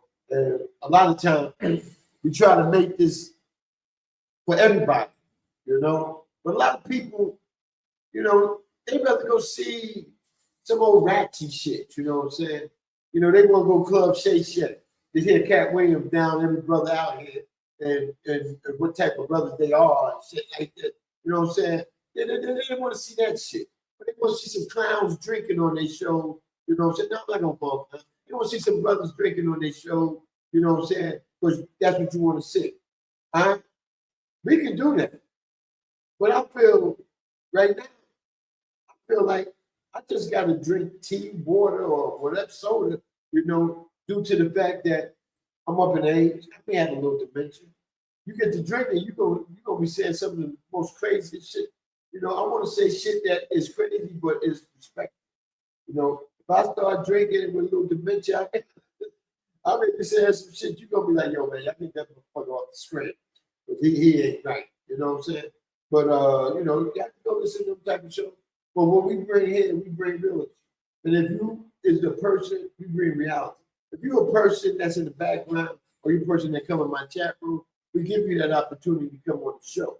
You know, I can sit here and talk 3 hours by myself, but I want to bring other people on to get their point, to holler at me, to see what the fuck I'm doing, you know?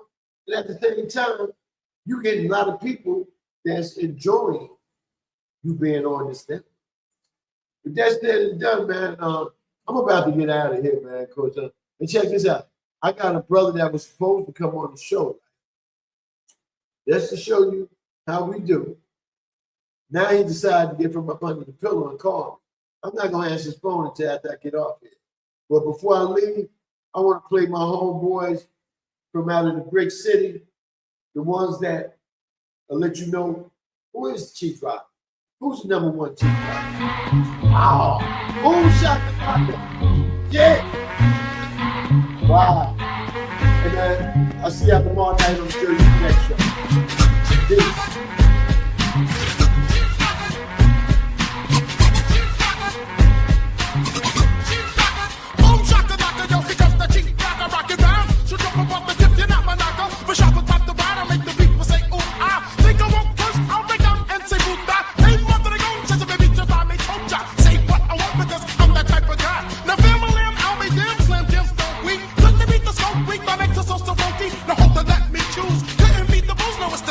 The shoes? It's gotta be the shoes. Cause girlies, they clap. They stand about the dock. So I say boom, shakalak. Grab the microphone, they rock. To think of the truth when on the mic, I'll say anything that sounds good. Like jump and a jump and sound over some